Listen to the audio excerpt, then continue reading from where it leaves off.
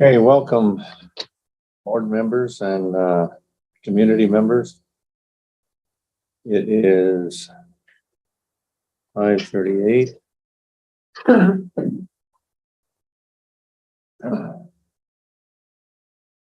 Meeting will come to order. Mr. Montoya. Present. Is that an affirmative? You're here? Excuse me? Gary, is that you? Yes, I'm present. Okay, thank you.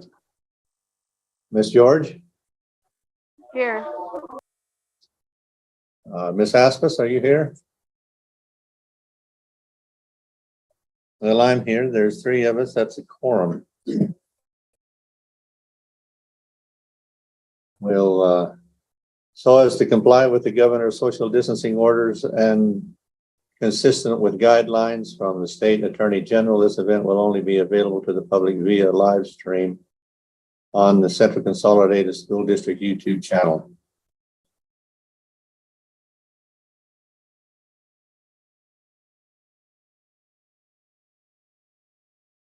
Item 2, comments from the audience. We don't have any comments, I assume.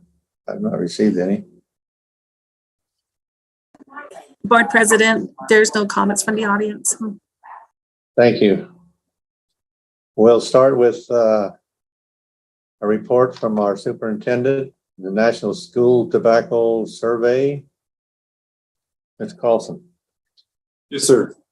So I'll begin this with, I'll read a little bit of an email that I received from, I believe it is the director of Safe and Healthy Schools Bureau for our PED.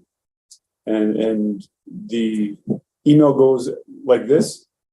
I am reaching out to share information with you regarding your district school's participation in the U.S. Centers for Disease Control and Prevention's 2023 National Youth Tobacco Survey. You're receiving this email because your school has been sampled for participation. We are confident that you understand the risks and consequences associated with youth tobacco and nicotine use and will accept the invitation to participate. Your students' participation will provide important information related to knowledge of and attitudes toward tobacco, their exposure to secondhand smoke, and influences that promote or discourage tobacco use. The survey also assesses tobacco-related disparities and helps us to make decisions about important prevention and intervention efforts.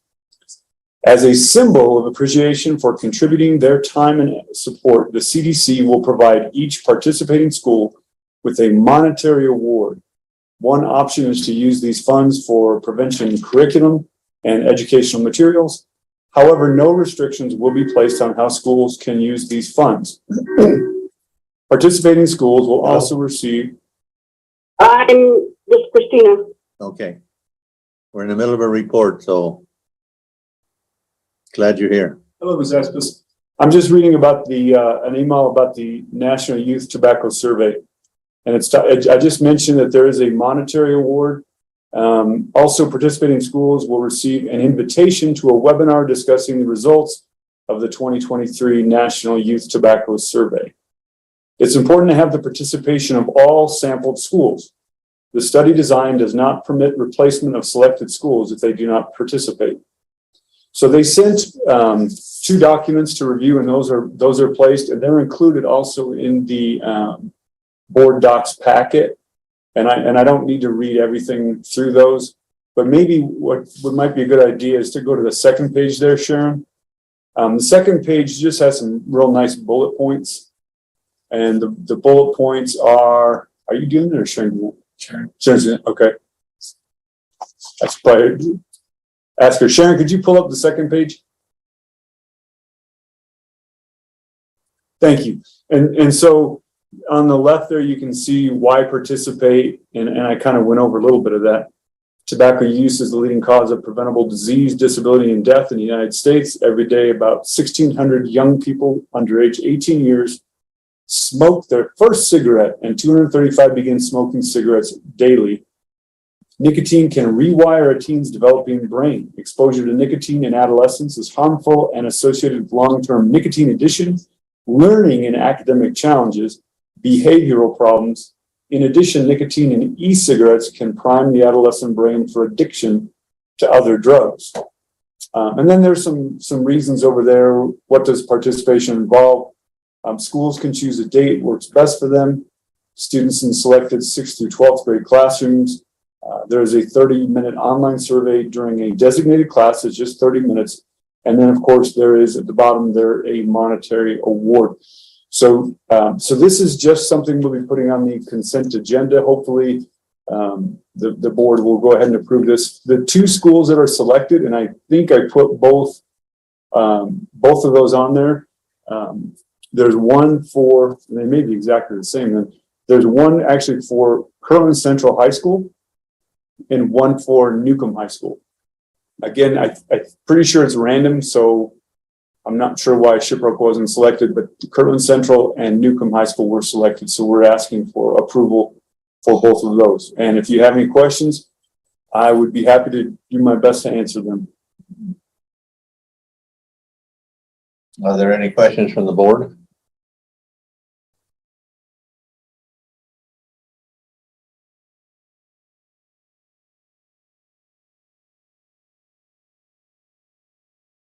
So, President, Yes, ma'am. Ms. Asmus, go ahead. what was the title of the presentation? Do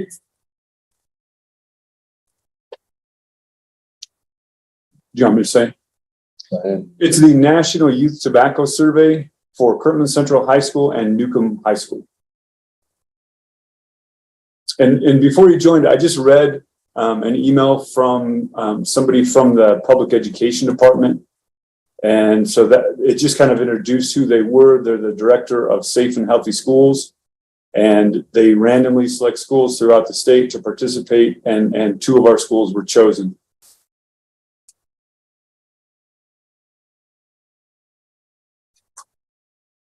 Did I answer? Ted made the selection.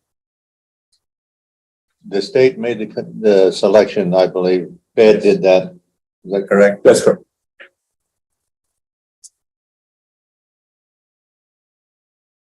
And did they is there anything that they were basing it on? No, it's random. They just say we've been sampled for participation. So it's a random sample. I read this. Okay. I read this myself, and it looked like that the school district was random and the schools within the district was random. Is that what you got out of it? That was my understanding as well.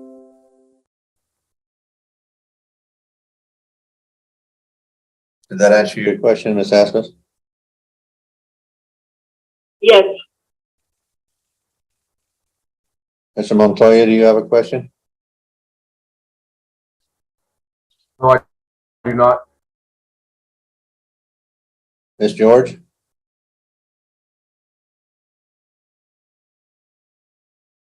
No questions. Okay. Moving on then to B. Request for approval of gift donation. KCHS, FFA and CCLA by Mr. Ditter.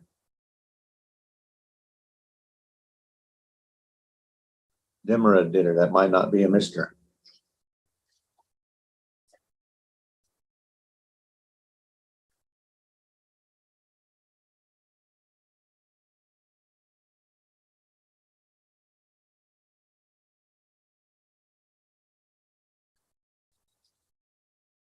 This is my hero, President.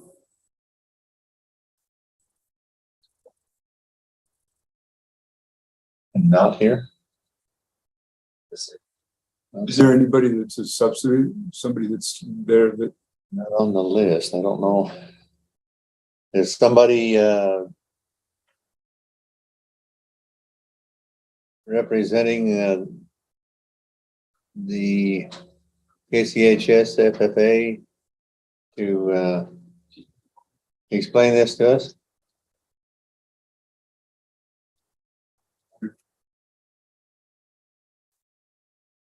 We'll move on then. President Wells, Yes, ma'am. isn't there a designated person on that agenda, or is it? There say is, somebody? but nobody's responding. I can't see them on the board. And they didn't contact, superintendent? I have not received contact from anyone regarding that. Does this anyone or someone have a name? Her name is Demra Ditter. And I apologize, but I don't know Demra. I mean, you can pull it up and see.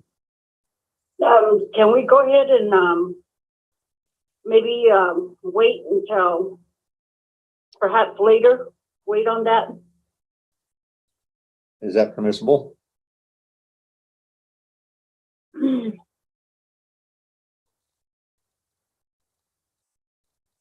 Because if that's a school function, you know, I don't know what the details are on that, but, I certainly don't want to, penalize the students or Good on point. what this is about, you know, for somebody that didn't show or maybe have forgotten or is late. So I think if we can wait.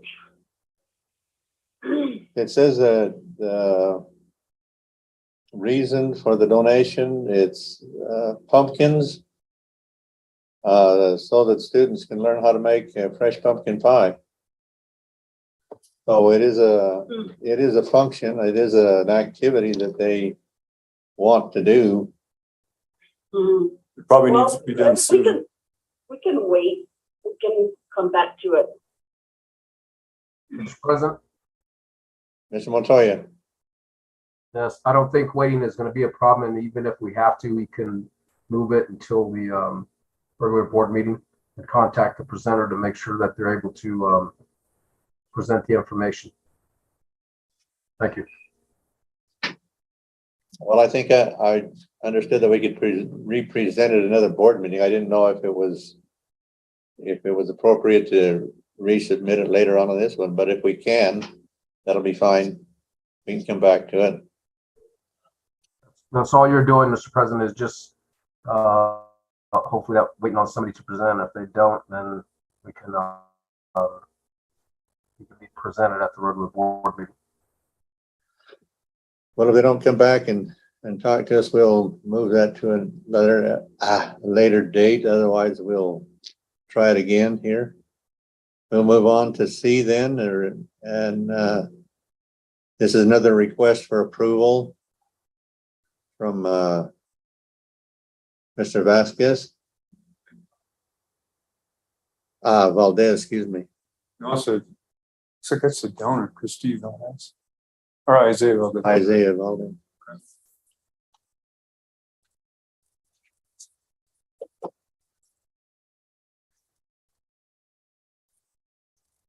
Mr. Valdez, are you here? See Valdez. Is it also KCHS?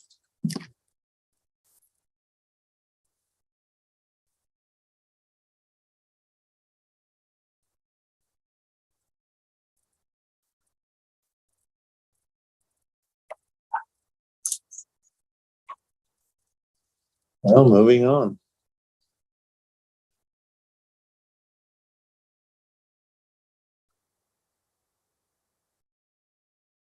Request for approval of gift donation, Save the Children organization by Miss Harvey.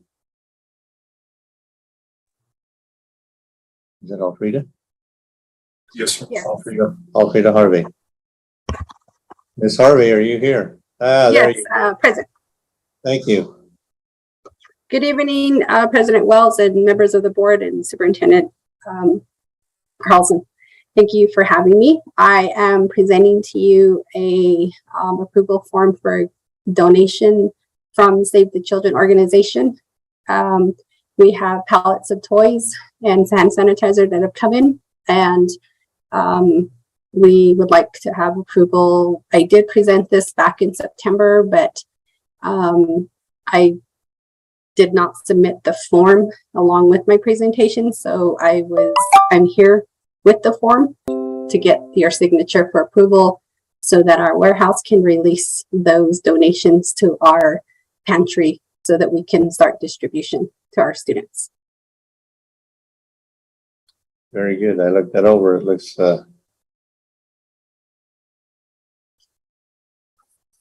good. Tell me a little bit about this. They, as I understand, they contribute food and clothing. Is that Thank you for the question. The Save the Children organization right now is going to be partnering with us and providing donations. Donations right now have just been the toys that we will be distributing for Christmas. And it will also be the hand sanitizers because of the COVID virus and the rise in numbers again. And they are talking about donating books to our district, also scholastic books. There's other donations that are going to be coming in, and my understanding is as they come in, I need to be presenting a form for all the donations like this and coming to the board for approval for those to be released to us to distribute. So we get donations from various organizations, and my intention is to partner with bigger organizations like Save the Children is a national organization. And so whenever they donate to us, I would like to, with your approval, figure out a way we can get our donations coming in consistently without having to wait every month for a board meeting to get approval to distribute the donations. Some of them might be timely donations we need to get out, like the hand sanitizers. We can't store those for very long. And then when we get food donation, it's usually non-perishable items. Eventually, we would like to move to having fresh items donated, which we would need to distribute sooner. So these are some things moving forward that we would like to work with the board on. Just getting your feedback and support in those situations. you have a specific value amount on here on your form. I think I don't know the procedure on that. I'll have to confess my ignorance.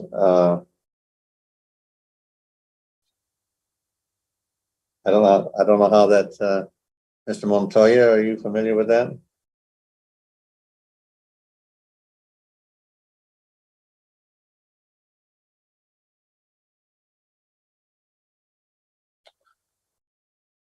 Well, Ms. Harvey, I will look into that. I'll see that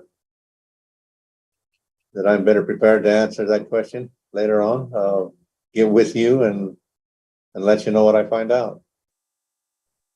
Thank you so much. I appreciate your feedback and your response. I did want to mention Save the Children is talking about donating possible clothing to our clothing pantry. So that would be another one on the list for upcoming donations. But for now, we will continue to fill out the form. As we know, like we didn't know that this donation was going to come in so quickly, and so they when donations come into their organization, they will send it right out, so their warehouses are not overstocked. And so I wish I could tell you all like this is what's coming up or what's coming in. It's just going to be donations that come in at a random date and time. So, but we're appreciative of those, of course. But thank you so much for your response. Okay. Anything else? No, if there's no other questions, that'll conclude my presentation and my request for approval. We thank you for your devotion we thank you for your care and seeing that those who have needs or needs can be fulfilled. We appreciate that very much. And I will do my best to find out shortly and get back with you on this. Are there any questions from the board? Ms. Aspas?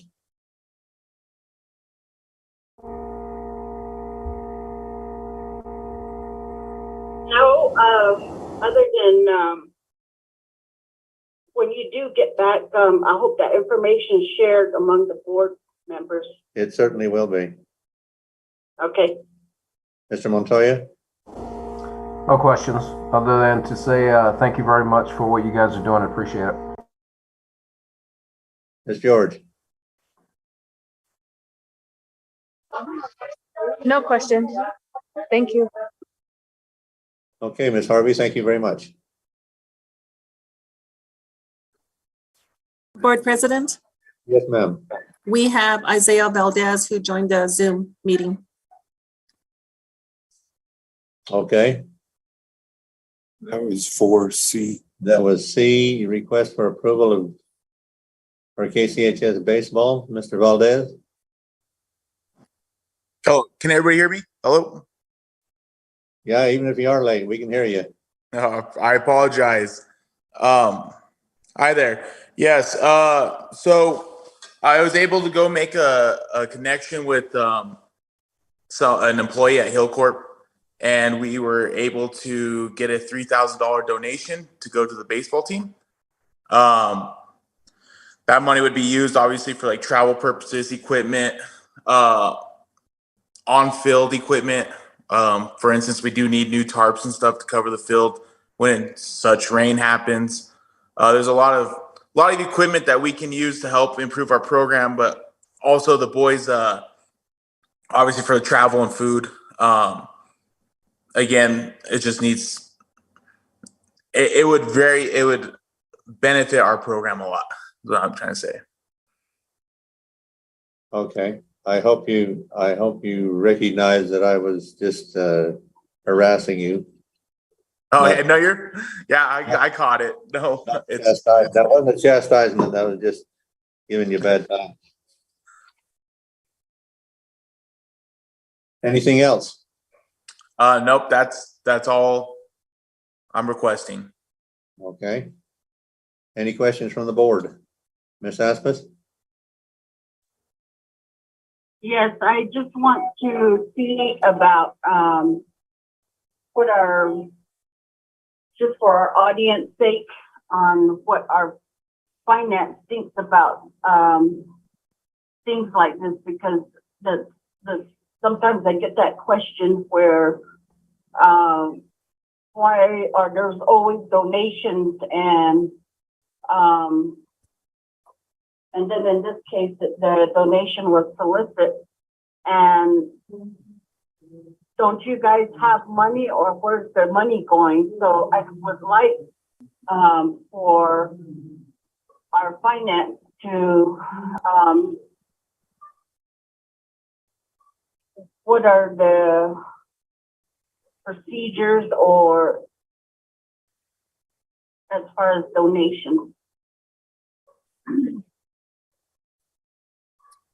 Well, I think this is a case like where Mr. Manning went out soliciting on his own time donations for his girls basketball team. Is that correct, Mr. Harvey? You solicited this donation of your by yourself and received that contribution? Is that what did I say?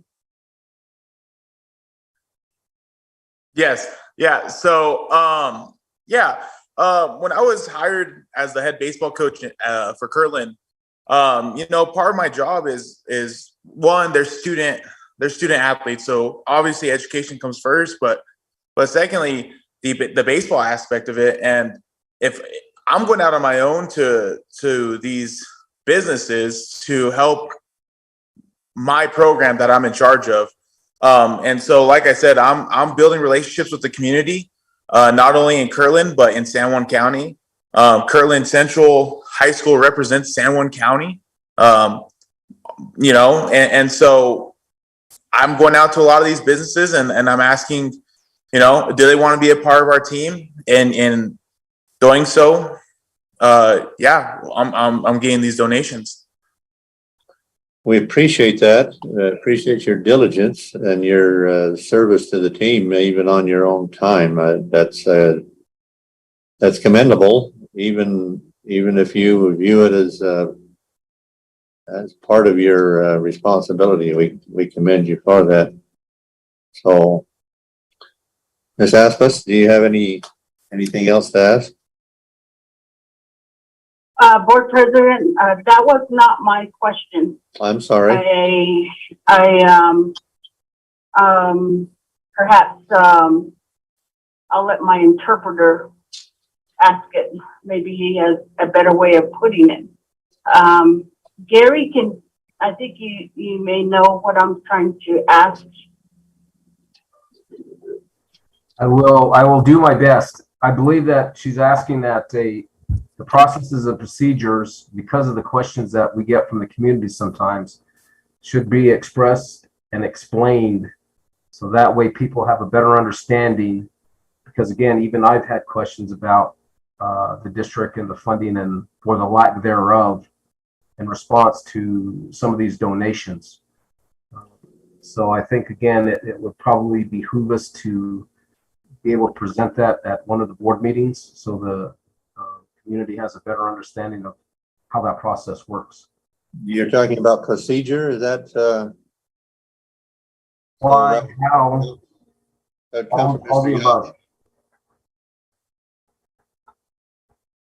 Yaggi? Yes, that's exactly what I mean. And I really wanted it to come from our finance director. And because again, the community asks, why are we soliciting donations? Why is it their money? Where you guys said that you had impact aid, and so I would like for those explanations, and so that our public, our audience is clear also. Okay. Mr. Yaggi, can you enlighten us on that? Good afternoon, Board President, members of the board, Superintendent Carlson. Yes, the district. President, I apologize for the interruption. Mr. President? Go ahead. I think it would be more applicable on another day during another meeting to be able to do this. Because even though you're talking about the donations, it's not specific to this one, it's all of them in general. So it'd probably be better to do that in a report, with all due respect.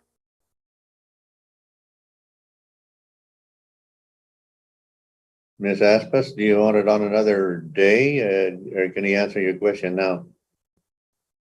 I'll be fine with that. Maybe then, more people can tune in and make the agenda items. Thank you. Okay. You're off the hook for now, Mr. Yaggi. Stay tuned. We'll try to get to you quickly. We'll get you later.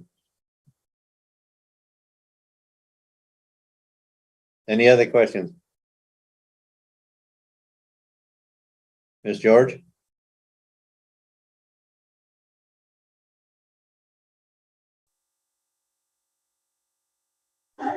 No questions. Thank you.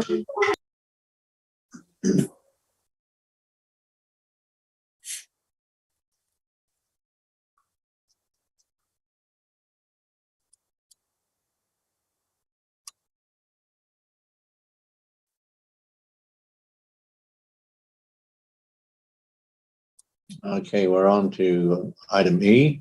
Remember, an MOU with Computer Science Central Consolidated District, Mrs. Berlinda Begay. Ms. Begay? Yes. Good evening. Can you hear me? We can. Okay. Yat e shikado shidana. Good evening, Board President Wells and board members and Superintendent Carlson. I am Berlinda Begay, and I'm the District Bilingual Multicultural Education Coordinator. And thank you for providing me this time to provide information on this topic. And I do apologize with background noise. I'm currently at an event for my son, trying to find some time in between to be on this meeting. But I wanted to share a little bit of where this is coming from in terms of how we came to this MOU. And we have Assistant Superintendent Mr. Deswood, and then a person from Indigitize, his name is Corey Ashley, on the line too, to help with this. But how this MOU came to be is from our JOM coding and robotics program. We started this initiative several years ago as a summer program for our secondary students. And it was actually a STEAM camp that we provided with JOM funds. And we found that out of all the sessions that we provided for our secondary students, it was coding and robotics that they were the most interested in. And so the next year, we found a coding instructor and a robotics instructor and implemented another program. And in that, she taught a lot of coding language, and they used robotics for the coding. And so they did a lot of activities, and they really enjoyed that. And so we were going to continue that the next summer, but COVID happened, and we weren't able to do that for 2 years until 2 summers ago, when we were able to start it up again when schools were almost 100% back open. But at that time, we implemented 2 levels of coding programs at that time, a novice level and an intermediate level. So our goal is to really expand this program through a K-12 partnership with the schools. And so the 2 instructors are one of them is actually a CCSD graduate alumni of Shiprock High School. And one is a young Navajo man who's actually working in a big company that produces electric vehicles. And so through them, they contacted some people who contacted us and asked about our program. And so this program is what we shared the information with them. And they told us that they have a program to help Native youth increase computer science into their academic and possible career choices. And so the conversation began from there. And Mr. Deswood does have connections with some people on this board, as do I, as we have worked previously before in the realm of Indian education. So one of the goals for us is to increase this program K through 12. And one of the initiatives we were trying to do was to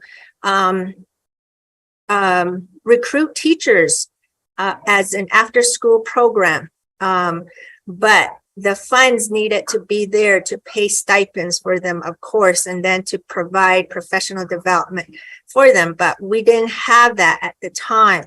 So we expressed our goals to them. And so they said they could help in supporting us with that. And so that's how this MOU came to be. And so that's just a little background of that. And I would like to share that this is one of the programs that we were awarded for this year as part of our Johnson O'Malley National Award. So I'll share that much, and I don't know if my Yaj, Mr. Deswood, has anything to share, and then my other Yaj, Corey, as well.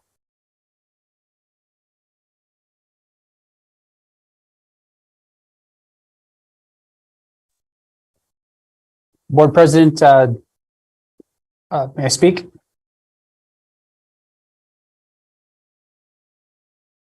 Can you all hear me? Oh, Okay. Thank you, Board President, board members, and Mr. Carlson.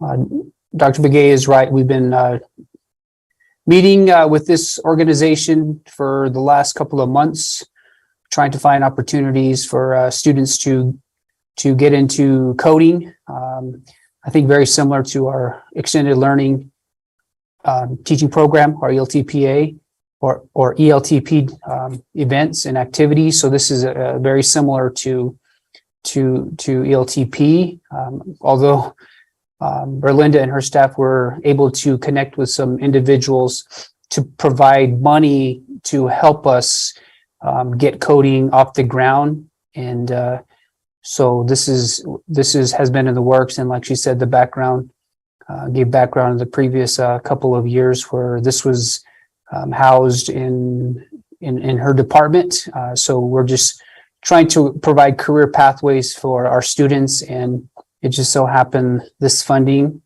came along, and this group is excited to partner with us to get coding to be a major program within the district. In fact, one of the partners used to be a mathematics teacher at Shiprock High School maybe 10 years ago, and so this is kind of his project. His name is Nate Morrison. So yeah, that's all I have, Board President. Thank you. Yeah, I'll introduce myself real quick. My name is Corey Ashley. Got everybody, got a board. I'm here representing Indigitize Computer Science. My role there is the cultural technologist. And yeah, what I want to say is we're happy to support this initiative.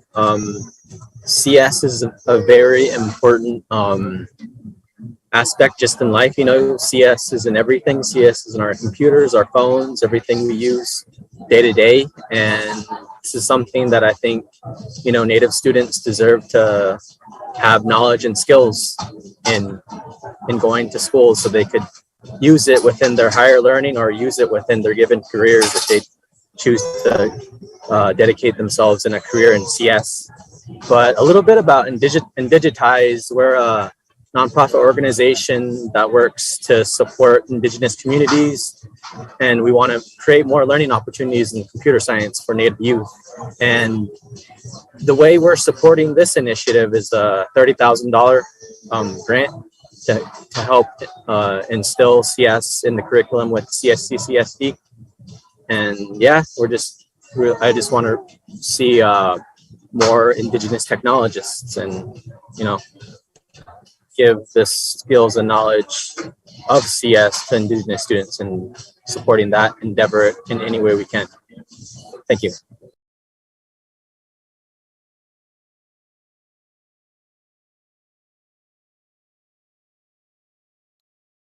Board President, if I may. Mr. President, I would like to ask if it would be possible either for me to read the MOU or just give you all a summary of the MOU.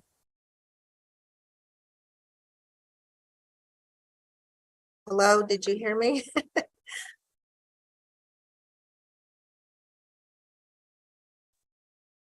Can you hear us? Yeah. Were you able to hear me? Yes. Yes. I said, give us whatever you think we need. Okay. So I'll just to go through this quickly because it's not very long. the main goal is to expand computer science education to all our students in CCSD, especially our Native American students, and give them this opportunity to learn computer science education. And so with this MOU and this grant award that we will receive, it will be to ensure that there will be planning at all levels with administration, school level, and our department level, and then parent as well, to ensure that we put some type of program together in computer science. And also to have our students experience 10 to 25 hours of computer science. And so with that, that's where our summer program would come into place. And so with Indigitize, they will provide the $30,000 grant, and they will contract a computer science expert to facilitate building this computer science program within the district.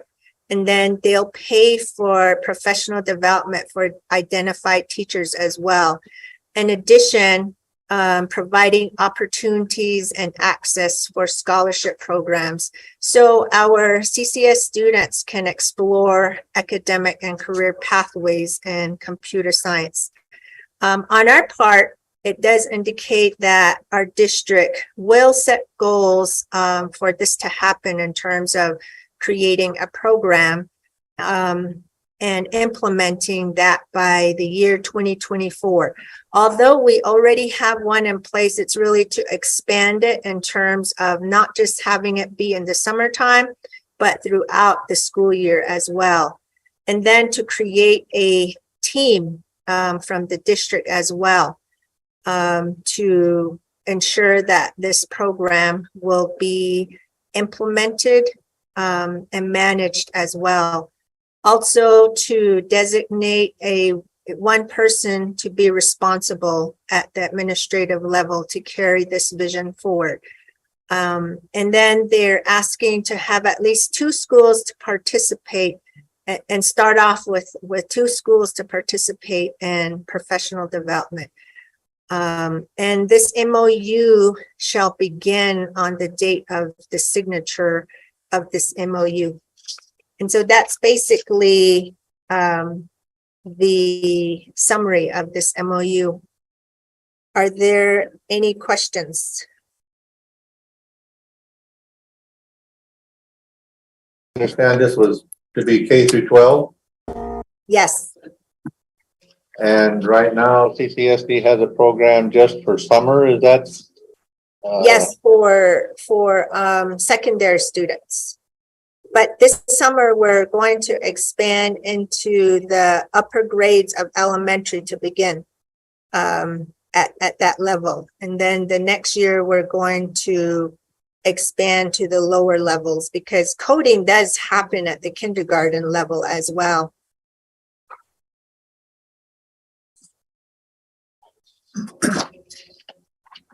Okay.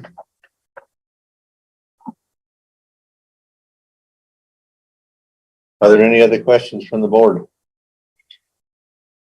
Mr. President, Mr. Montoya. certainly creating the opportunity for all our students within CCSD to expand their knowledge is an absolute positive program.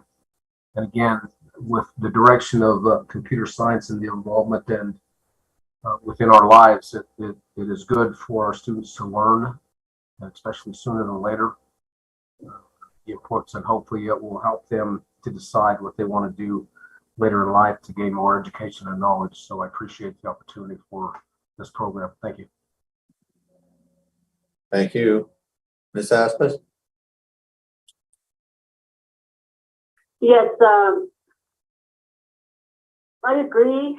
You know, that's the trend, and just so I understand this right, the string or, there's a $30,000 grant. They will pay for the professional development, and what was the other thing that they would pay or cover? I'm not sure if you can see the screen, board member Aspis, but it does indicate the professional development to train teachers and then to identify and to connect with partners that are in the computer science education with our program, and then create opportunities and access to scholarship programs too for our students who want to make this a career and provide pathways for them.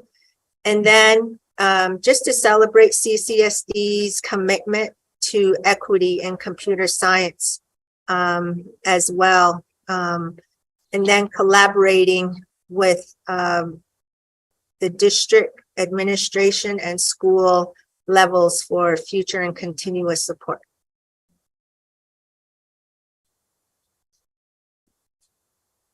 Did that answer your question, Ms. Aspen? Yes, and you know,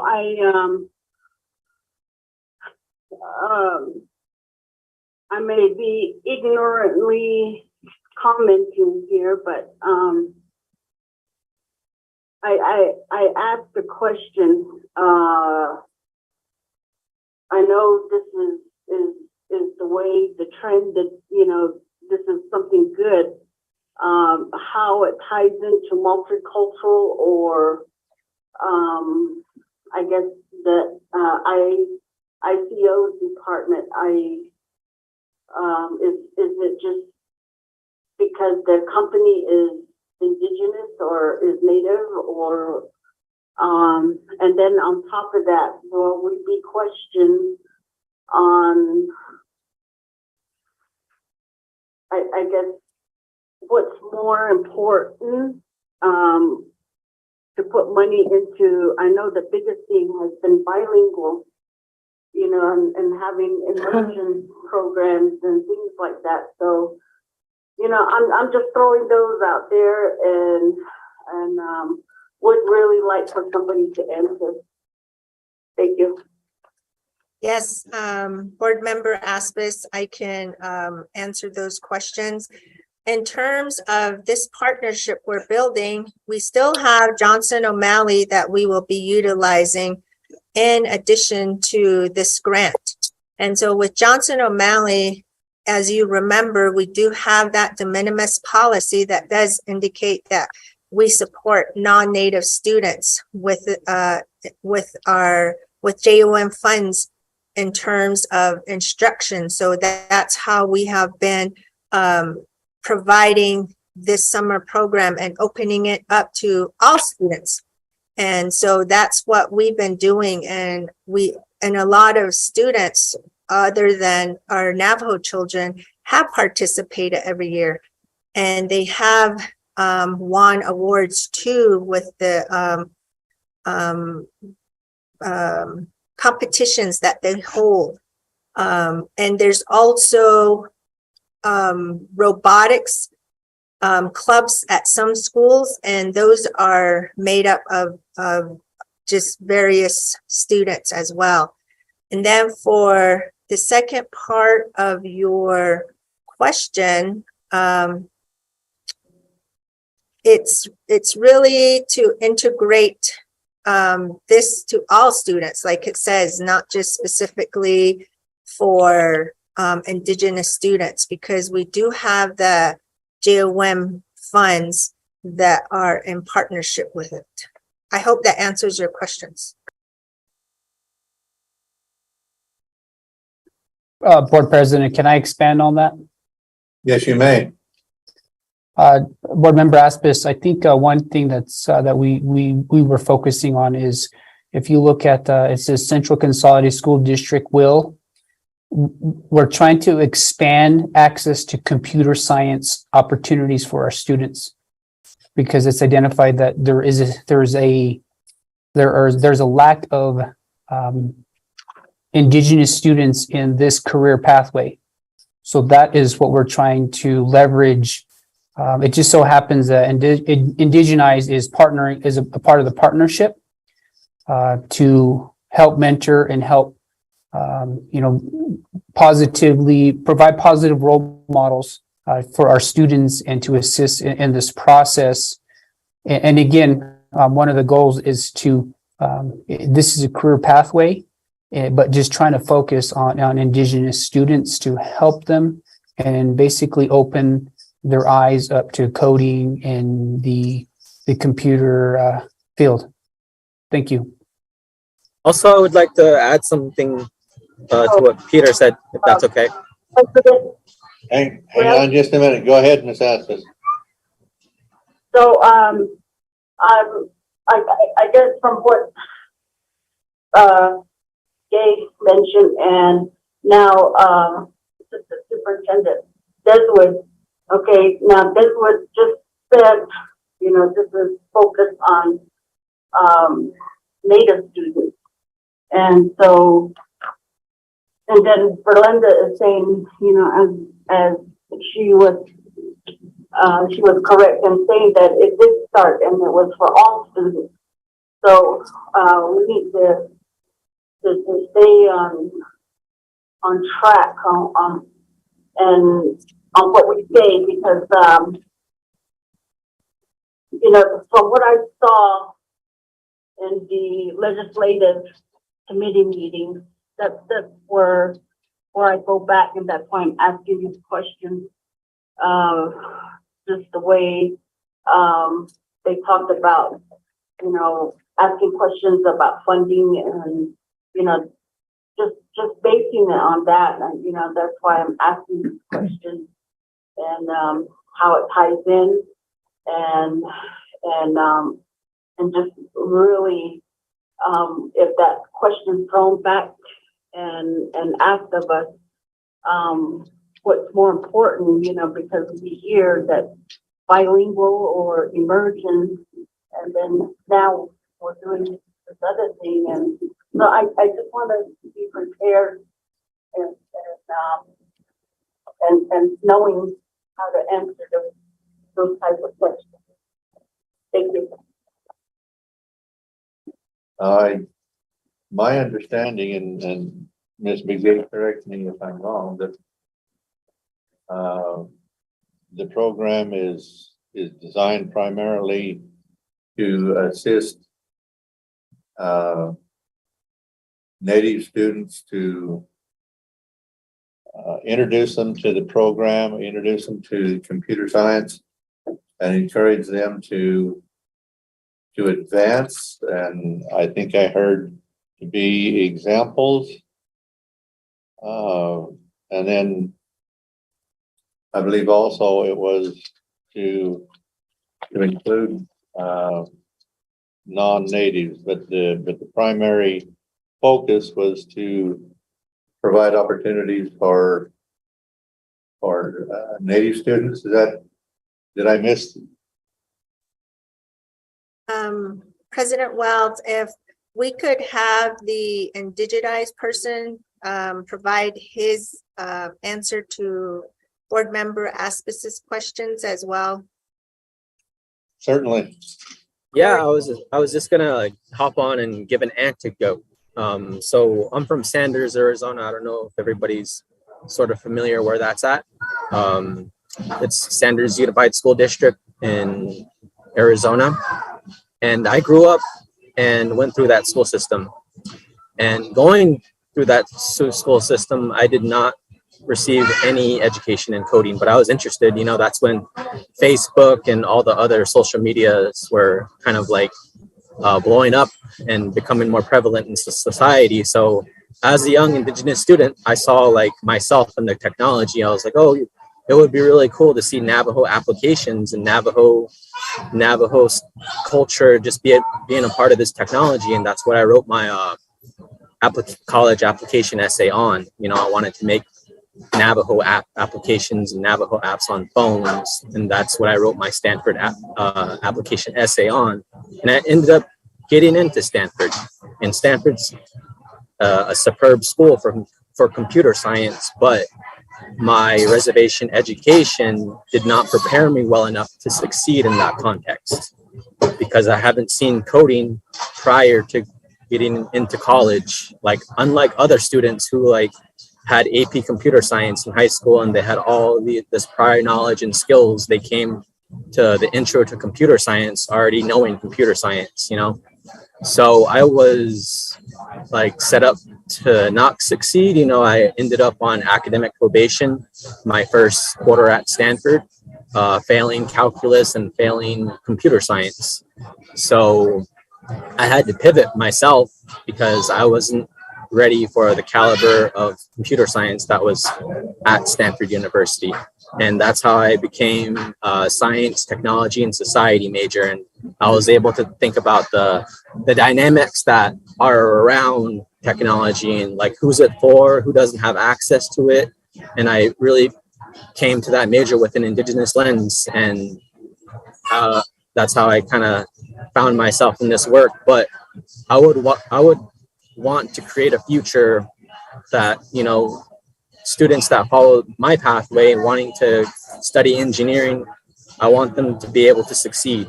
You know, I want an organization to exist that helps them and mentors them and supports them and gives them the education and resources they need to succeed at a place like Stanford if they want to study computer science.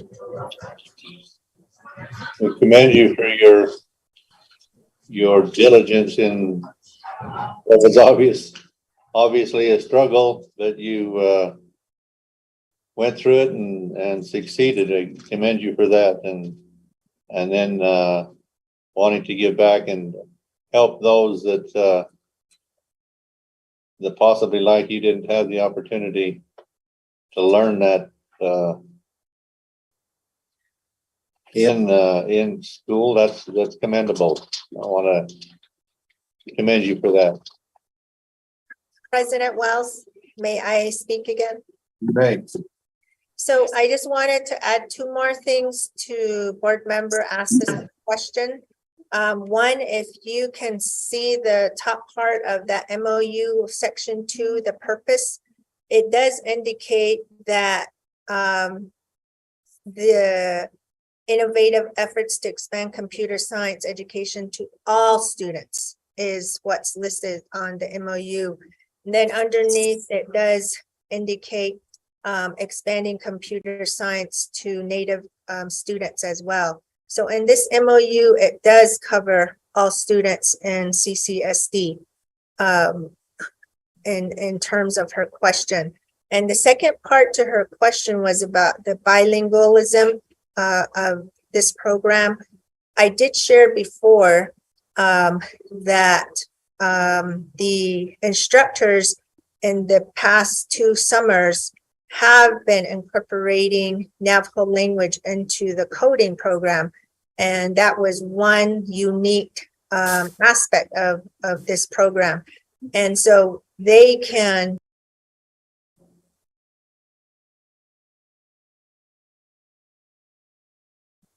You're muted, Mr. Gay. Oh, I'm sorry. I don't know how much you heard. They can was the last thing I understood. Oh. So in this MOU, it does say it covers all students. But to answer the second part of board members' Aspex's question, the instructors do incorporate culture and language into the coding of the robots as well, because the past 2 summers, they've been incorporating Navajo language into the coding part. So that's one unique part of this coding language that we have. And of course, they can incorporate other languages as well. I just wanted to add that. Thank you. Board President Wells. Yes, Ms. Atlas. Thank you, Dr. Brigade. That's exactly what I wanted to hear. This, you know, I hope I didn't come across as trying to, you know, not be in favor. I think it's great and needed. And just as our guest has said, prevalent, that's the key word. And so, but, you know, I was there during those committee meetings, and I believe Board Member Montoya knows exactly, you know, what I'm talking about, including Superintendent Carlson. So that was why but that is great. I love what she said. Thank you.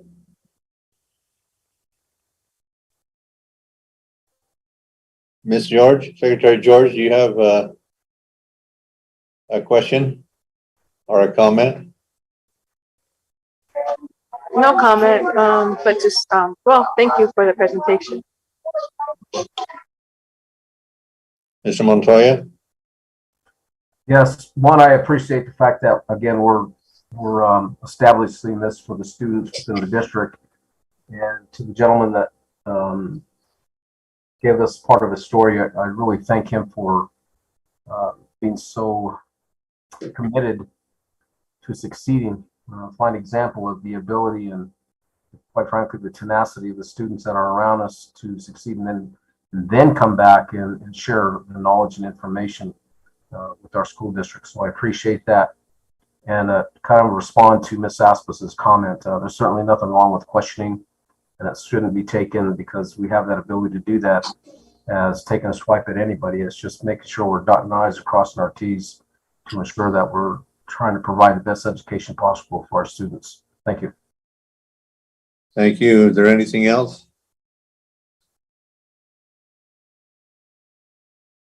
Dr. Begay, we appreciate the presentation. Thank you very much. Yeah. Oh, no.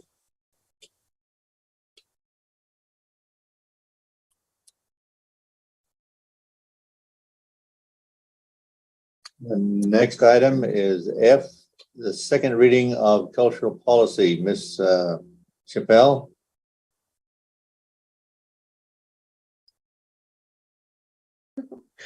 Good evening, Board President. Can you hear me? We can. Good evening, Board President. Can you hear me? Yes. Yes, thank you. My apologies. Good evening, Board President, board members, Superintendent Carlson, and guests. We have a second reading of the cultural policy, which also discusses achieving equity in our school district. I'm here today with Mr. Donovan Russell, as well as members of the ICO team. And we will need Mr. Donovan to be able to share the screen. We want to pull up the initial presentation that we gave last time. We aren't going to go through the entire presentation. We have also made some modifications based on some input to the policy that we want to walk you through. And our ultimate goal is that we have a November 30th deadline for PED. And we also want to provide options for the board to hear this again on either Tuesday or at a special meeting should the board decide they want more time. And so with respect to the presentation we provided last time, what we want to move to with Mr. Donovan's help is to discuss the review process and the input that we received from the community. And with that, I will turn it over to Mr. Donovan Russell. Good evening, Board President Wells and board members and Superintendent Carlson and Assistant Superintendent Deswood. My name is Donovan Russell, and I serve as the Equity Council Supervisor here at CCSD and the Department of Intercultural Community Outreach. And I would like to begin my presentation on just the updates, as Ms. Germain mentioned earlier, on our initiatives and programs to create equity for our students. And our mission here is to just remove barriers and expand student pathways.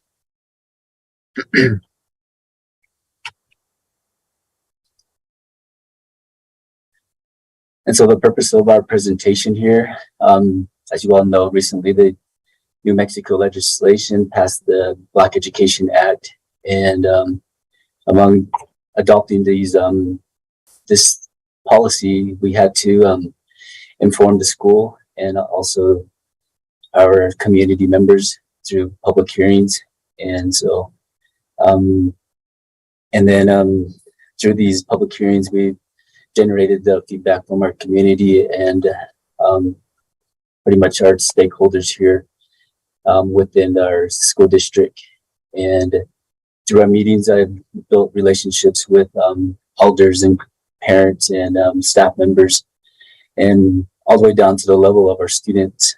And it was brought up to attention that not only should we implement the Black Education Act, but the 3 other education acts as well too.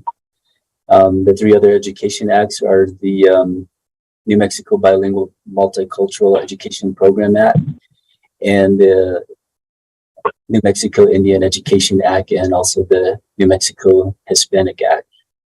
And so through this act that we are really working on is a cohesive act that is going to encompass all cultural education or all cultural heritages within our diverse community population of our school district. And and so we worked tirelessly on this, building this draft, not only from our level, but with the input from our community members and our students and parents and community members. And so we've had 3 public hearings within this year. And so the first set of public hearings was in May, and then our second one was in July. And then more recently, our third set was done in August. And so we combined all the inputs and the comments that were made through these public hearings. And we've generated this policy that's gonna, is actually a unique policy that no other districts working on. And so, and this is gonna be an act that's gonna be in favor of all cultures. And so we've also formed a core group within our within this process as well too. So and then but I don't really want to go through the details of the presentation that we've given already a couple months ago. So but if you guys have any questions in regards of the initial presentation I've given, I would like to give the floor back to Jermaine, and we'll move forward with that. Thank you, Mr. Russell. And just to clarify, at each one of those public hearing sets, we had public hearings in each of our 3 communities, Shiprock, Newcomb, and Kirtland. So in total, we had 9 separate meetings at which we presented the initial draft. And board members, we're more than happy to, give a quick overview of the presentation if you want us to. We wanted to give you that option, but we also understand you have a lot on your agenda, and so we can come back to questions on the presentation if you like, and I can go into the actual draft if that's preferable. And I stand for direction on the preference. Board member, our board president, Yes, Wells. yes, Ms. Aspen. Okay, so, if you're not gonna do it the same as the first presentation, then this is not the second reading then. And I say, people, public that looks at the agenda, they said this is a second reading, so everything should be included. Don't skimp on the presentation because of time. Someone could have joined the meeting and wants to hear specifically about this, so I will put that out there. Secretary George?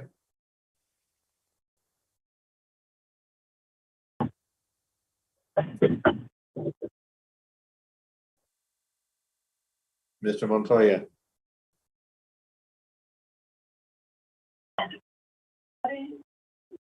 No, I don't have any questions other than.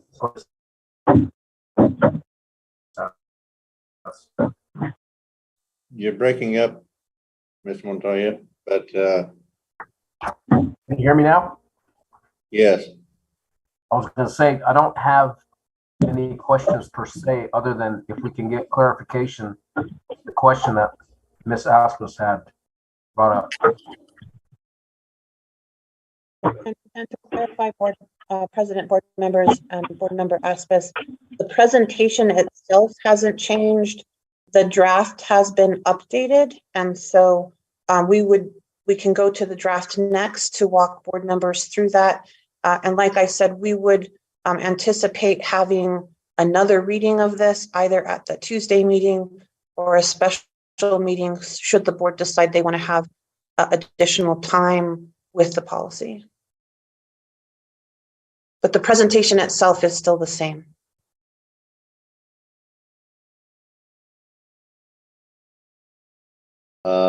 So, I think. so if we're not comfortable with this reading, then the reading, My apologies, I couldn't hear what you said, board member Aspis. Try again, Ms. Aspis.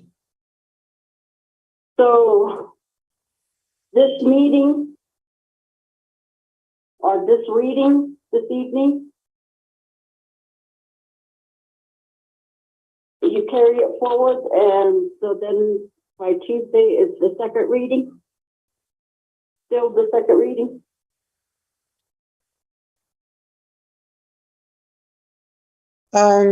We can, whatever designation the board would like to make for the next reading.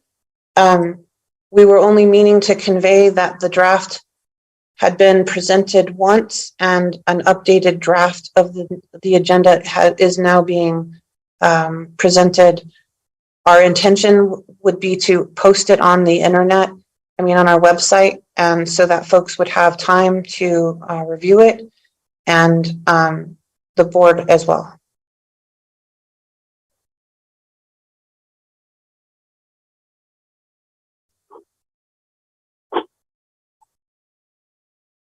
Any questions, Ms. Aspis?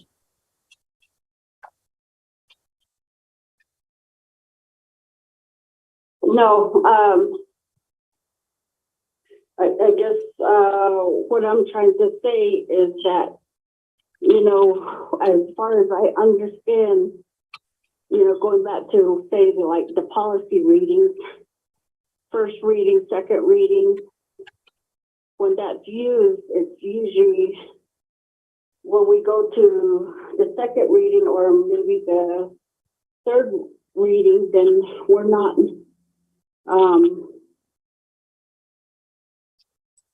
do you hear a scratch or I have some feedback here that's kind of crazy. You're coming through pretty clear. I don't know what you got on your end. Yeah, it's weird. Anyhow, so when we go through those readings, what I'm saying is that everything is done as and approached as new, and nothing is shortened. And and then that being the second reading, so you show your draft and then you see what the changes are.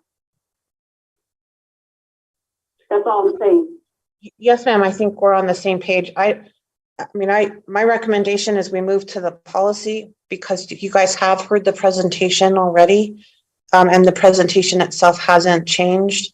What we'd like to do is give you an overview of the policy, and then come back. It's 14 pages, so I can either read the policy verbatim right now or give folks time to read it and read it verbatim into the record on Tuesday or at a special meeting. But we wanted the board to have some options on how to approach it because it is a longer policy.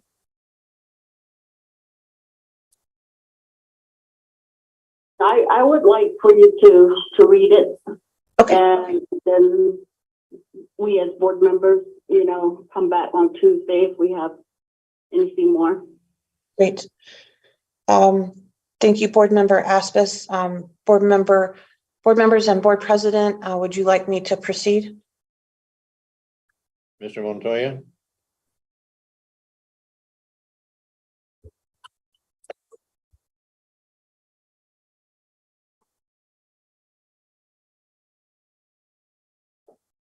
Secretary George, what's your pleasure?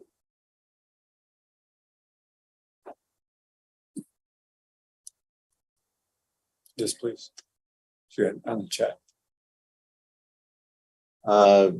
Ms. Chappelle, why don't you go ahead and read it through? Yes, sir.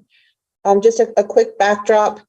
We have been able to include, like we indicated, the public comment. We have also been able to streamline this so that it includes the public comment we got when we met with folks, or our team met with folks through the graduate profile work. This also includes some review and evaluation of New Mexico PED's strategic plan on equity. And so what we've done is to take all of that information and create a starting point. What the intention is to harmonize all of those things, and then bring it obviously before the board, and then collaborate with departments and school buildings as well as we move through this equity strategic plan process. And with that, I can begin reading. Board President, if that's okay with you. Go ahead. Thank you, sir. Commitment of Central Consolidated School District to equity in educational opportunities. CCSD recognizes the findings in Yazzie Martinez v. State of New Mexico and the historic inequitable actions that have resulted in academic achievement and social emotional gaps of students. CCSD further recognizes the value of diverse culture and language and the implementation of the Hispanic Education Act, Indian Education Act, Black Education Act, and Bilingual Multicultural Education Act. These cultural education statutes provide goals and requirements for providing Native American, Hispanic, African American, English language learners, and at-risk students with an equitable, culturally relevant education through collaboration between relevant governmental entities and tribes, schools, and the state. CCSD also recognizes the importance of identifying learning and other disabilities early in their education so that the district can provide support and resources as early as possible to help students grow and learn to the best of their ability. With the implementation of this policy, CCSD is beginning a process by which it is evaluating the best mechanisms to incorporate the requirements of the following sources of law. Yazzie Martinez v. State of New Mexico. In 2014, students, parents, and school districts filed 2 lawsuits, Martinez v. State of New Mexico and Yazzie v. State of New Mexico, alleging the state was not providing students with a sufficient education, especially Native American students, English language learners, students with disabilities, low-income students, and other students at risk of poor outcomes. In July 2018, the district court ruled that the state's public education funding, oversight, and outcomes did not meet the state's constitutional obligation to provide a sufficient education to these students. Overall, the court found student achievement and attainment dismal and attributed these poor educational outputs to insufficient educational funding and state oversight. Native American students, who make up over 95% of enrollment at CCSD, have significant educational and social emotional gaps as compared to their peers on state and national measures of achievement. Additionally, we have Hispanic, Filipino, African American, Anglo, and students of multicultural descent. Our district has extremely high poverty rates, and many of our children face challenges with homelessness, hunger, trauma, abuse, neglect, and other social injustices. Many of our students have learning and other disabilities. In recognition of the Yazzie Martinez decision, CCSD is committed to addressing the needs of all of its students from a holistic, whole child approach to ensure that we bridge the educational and social emotional gaps as quickly as possible. Bilingual Multicultural Education Act requires the school districts provide English language learners with programs that use 2 languages, including English and the home or heritage language as a medium of instruction in the teaching and learning process. Indian Education Act requires that Native American students in New Mexico are provided with opportunities for equitable and culturally appropriate education in public schools. Requires school districts and charter schools to collaborate with tribal governments on matters related to curricula, teaching, support services, and other programs to meet the needs of Native American students. Requires improved educational opportunities for Native American students for the purpose of closing the achievement gap, increasing graduation rates, and increasing post-secondary enrollment, retention, and completion. The Hispanic Education Act requires improvement educational opportunities for Hispanic students for the purpose of closing the achievement gap, increasing graduation rates, and increasing post-secondary enrollment, retention, and completion. Black Education Act requires the inclusion of culturally inclusive curricula, anti-racism policies, racial sensitivity, and anti-racism training. Requires the creation of an advisory council, Black Education Liaison, curriculum coordinator, hotline manager, and professional development training coordinator. Requires implementation of restorative justice disciplinary procedures. Allows students to carry and administer his or her own medication, including asthma and anaphylaxis medication, as recommended by a healthcare provider. Intercultural Community Outreach Department. Historically, there have been deficiencies and difficulties with adequate funding and other structural and programmatic challenges, which have resulted in a system that has not served the needs of our students in a comprehensive and coordinated manner. As a result, the district has created a new department with expanded staffing and resources, the Intercultural Community Outreach Department, or ICO for short, to ensure that CCSD is implementing and coordinating programs that bridge all student gaps and track and assess the, if you could scroll down, my apologies, progress of these programs on student outcomes. CCSD is committed to the cultural enrichment of all students through programs rooted in the preservation and extension of cultural and linguistic knowledge and values. CCSD is committed to intercultural education and views cultural diversity as a valuable resource that should be preserved and extended. CCSD's goal is to prepare students to live and learn in a world with more opportunities than the past, with an understanding of the importance of their own culture and the culture of others. CCSD strives to provide a positive learning and work environment for all students and staff by developing, implementing, and monitoring policies, programs, and procedures that enhance cultural awareness, understanding, knowledge, and diversity, provide meaningful intercultural education, and promote diversity in staffing for CCSD. CCSD is committed to the principles and practices of education that recognizes and celebrates cultural diversity as an essential ingredient to student success and the fulfillment of CCSD's mission to provide a quality education for every student. This commitment is directed toward the elimination of racism and prejudice and the removal of cultural barriers wherever they may exist throughout CCSD, including intentional or unintentional discriminatory practices in classrooms, schools, offices, and other workplaces and learning environments.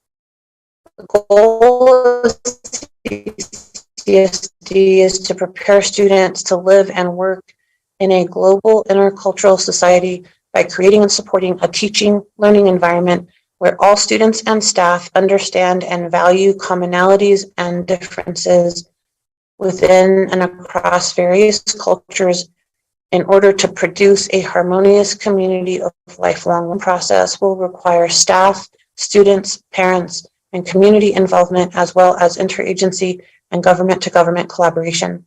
CCSD is committed to providing opportunities for all staff to learn about various cultures and to improve their skills in cross-cultural communication.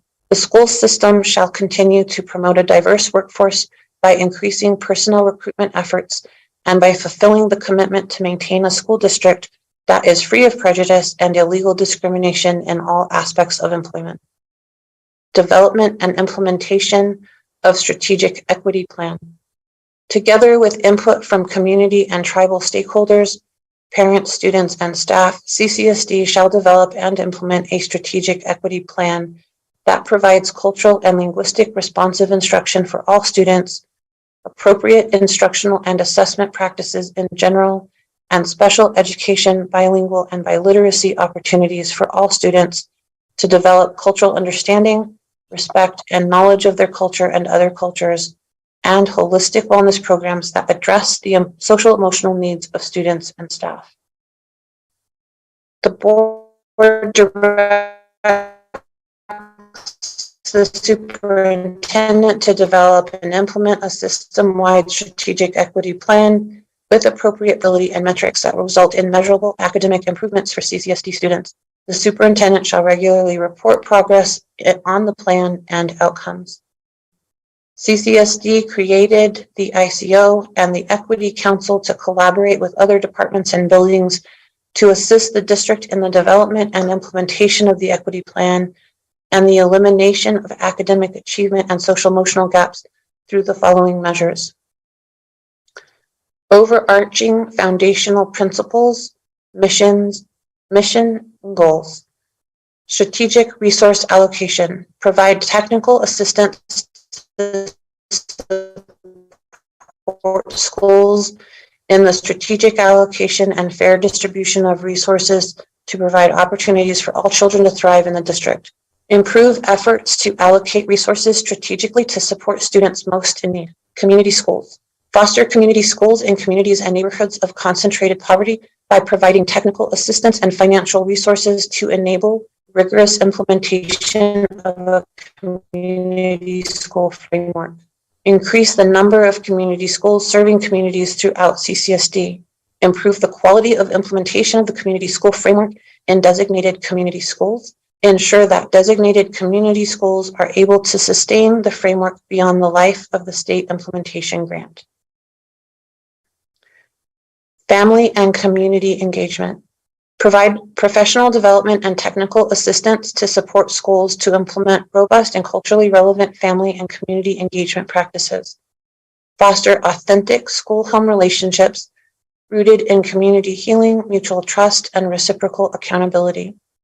Cultivate goal-setting opportunities that balance the dynamics between families and educators to prioritize student growth. Empower families and teachers with resources to monitor social, emotional, and intellectual growth and development in school, home, and beyond. Identify struggling students as early as possible to ensure they get the resources they need to succeed, and identify and assist students in receiving wraparound services. Provide culturally relevant and linguistically accessible information and resources that communicate academic expectations, support a shared culture of learning, and advocate for the needs of the whole child. Increase the number of home visits and follow through on needs of CCSD students and families to help achieve the goals stated in this policy. Meeting the needs of Yazzie Martinez to provide equitable learning opportunities. Increase funding and oversight to support at-risk students across programs. Increase access to broadband and devices necessary for students to fully participate in education.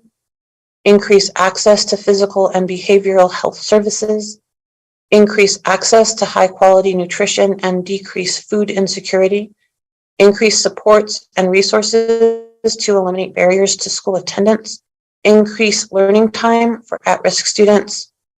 Prioritize ELTP funding and K5+ funding for schools serving high percentages of at-risk students in a manner that honors the needs of local schools and communities. Improve advocacy and advice for students who are at risk. Improve tribal consultation. Implement recommendations from the CCSD Equity Council regarding equitable learning opportunities. Equity Council. To address the inequities found in the Yazzie Martinez lawsuit, CCSD has formed an equity council that reports to the superintendent. The function of the equity council is to include community and student input into how we achieve equitable opportunities for our students. At least half of the equity council must represent students who are Native American, Hispanic, English language learners, economically disadvantaged, or have one or more disabilities. Additionally, membership on the council shall include a liaison for each culture and ethnicity in our school district. For example, Native American, African American, Hispanic, Filipino, Anglo, etc. Expand data functionality and close digital gaps. Student Mr. Bell? proficiency and yes. You're breaking up really bad.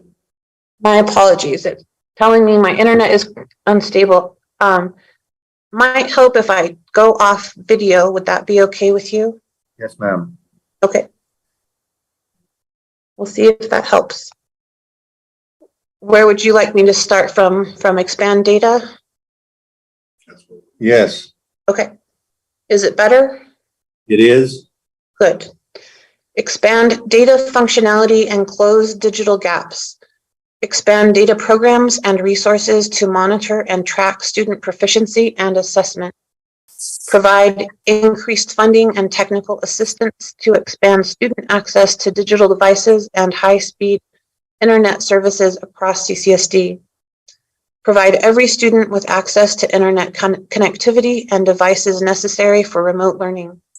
Improve the ability of schools to integrate technology into daily routines that support students and families. Expand use of technology and data. Holistic wellness and health services with high quality nutrition. Enable schools to provide high quality holistic wellness and health services and nutrition to all students so they are ready to engage with learning. Ensure that every student has access to a school nurse, school-based health clinic, or other community health option. Ensure that every student has access to affordable, nutritious breakfasts and lunches. Potentially expand meal accessibility beyond breakfast and lunch during the school day, as well as during school breaks and holidays for those students in need. Student attendance. Support schools to promptly identify absenteeism and train school staff in the use of non-punitive sports and other incentives and wraparound services that address the root causes of absenteeism. Support ability of schools to address and reduce the root causes of chronic absenteeism. Extended learning and out-of-school time opportunities that honor the needs of local schools and communities. Equip districts and charters to increase student participation in extended learning and out-of-school time programs, including K-5 plus extending learning time program, or ELTP, and other opportunities that take place before and after the typical school day and during summer that honors the needs of local schools and communities. Increase the number of schools that are implementing innovative schedules and programming to engage students outside of traditional school hours that honors the needs of local schools and communities. Increase the number and percentage of students who participate in an extended learning or out-of-school time program that honors the needs of local schools and communities. Improve students' holistic health and well-being and deepen their engagement in school. Student, school, and district safety. Establish and implement safety team strategic plan. Expansion of See Something, Say Something to function as a reporting hotline. The safety team will function as the hotline manager. And just for reference, this is mandated, that the expansion of that is mandated by the Black Education Act, and as are some of the other specific bullets in this, just to call that out. Third bullet, implement and expand policies and training on cultural and racial sensitivity, anti-racism, and anti-oppression. Allow students to carry and administer their own medication, including asthma and anaphylaxis medication, as recommended by their healthcare provider. Provide sufficient training to students, school health staff, teachers, and support staff on student self-administered medication.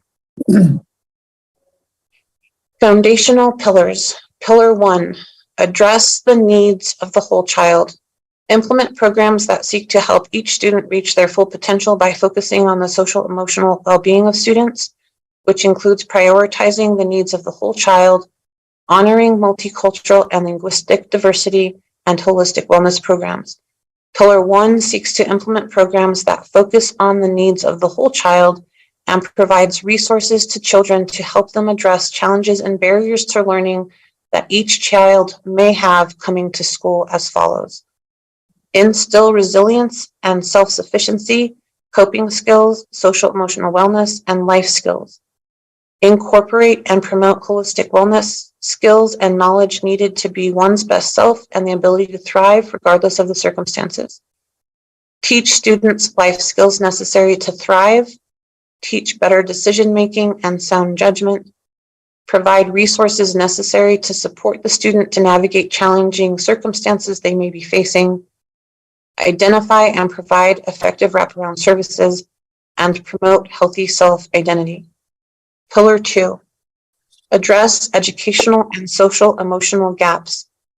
Implement strength-based programs that close educational and social emotional gaps while actively creating connections to learning opportunities and enhancing student and parent participation. Pillar 2 seeks to implement programs that address educational and social emotional gaps as follows. Provide equitable access to education, culture, and language. Provide resources to support students in challenges they may face due to external factors involving homelessness, food scarcity, familial unemployment, poverty, neglect, abuse or trauma, safety, health, and/or disability. Implement restorative justice approaches to discipline so that students learn natural consequences to actions, accountability, making right the harm or wrong they caused others, learning from mistakes, creating connection and community between students and adults, and making better decisions.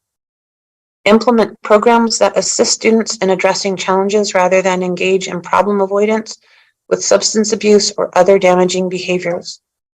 Implement programs that instill respect of one's own culture and other cultures. Implement programs that promote culture and language as a strength and asset. Implement hiring practices, training, and leadership advancement that promote diverse staff and diverse students. Implement curricula that instills critical thinking skills and cultural inclusion, racial sensitivity, and anti-racism training. Create pathways to develop and promote opportunities for student leadership, advocacy, and voice. Prioritize culture and language. Provide training and mentorship in de-escalation, crisis prevention intervention, and first aid. Make cultural linguistic relevant instruction, or CLRI, and multi-layered student systems, or MLSS, a focus and component of all curricula. And expand data, programs, and resources to monitor and track student proficiency and assessment. Pillar 3, ongoing development of roadmap needed to attain post-graduation skills and knowledge for college, career, technology, and workforce readiness. Implement a continuous process that identifies 21st century life skills and educational competencies needed in order to be successful students, adults, and lifelong learners. This continuous process is referred to as a graduate profile. The identification and prioritization of the graduate profile honors cultural and linguistic values through ongoing collaboration with students, their families, district staff, and community stakeholders. Backwards planning is then utilized to create learning pathways that are implemented with pre-K-12 curricula and other programs to support the graduate profile. Excuse me. Pillar 4, educational workforce community resources. Cultivate a positive, supportive, and collaborative workforce of administrative and academic leaders, teachers, and instructional staff, student health, disability, and wellness professionals, and all support staff, herein referred to as workforce. CCSD's workforce will focus on the needs of our diverse cultural, linguistic, differently abled, and varied socioeconomic student populations. CCSD's workforce will share knowledge, expertise, and experience by learning from and mentoring each other. Our workforce will work together to help our students reach their full potential and become lifelong learners that actively participate in being positive, responsible global citizens. We will accomplish this by building thriving collaborative systems and partnerships across social and cultural communities. CCSD will strive to support our workforce with expanded resources, educational opportunities, and training in order to better provide students with an optimal learning environment and engage families and communities by providing the following. Excuse me. Staff holistic wellness programs. Implement a staff holistic wellness team that includes representatives from all departments and buildings that collaborate on identifying what resources are needed and develops recommendations on what holistic wellness programs would best provide a resource for our workforce, including holistic wellness programming. CCSD will create an environment that supports holistic staff wellness. Staff wellness programs will include active participation to enhance their knowledge, skills, and commitment to promote a healthier work-life balance and lifestyle. Holistic wellness will incorporate a best practice approach to physical, mental, spiritual, social, emotional, stress management, psychological, environmental wellness. This approach will provide staff with opportunities to engage in various programs, activities, events, and learning modalities. Cultural wellness initiatives. Workshops will be provided that promote wellness topics for staff to learn, engage, and utilize for their own cultural awareness and wellness enhancement. The wellness team will provide healthy concepts and tips through newsletters, emails, calendars, with posters, flyers, and other methods of communication.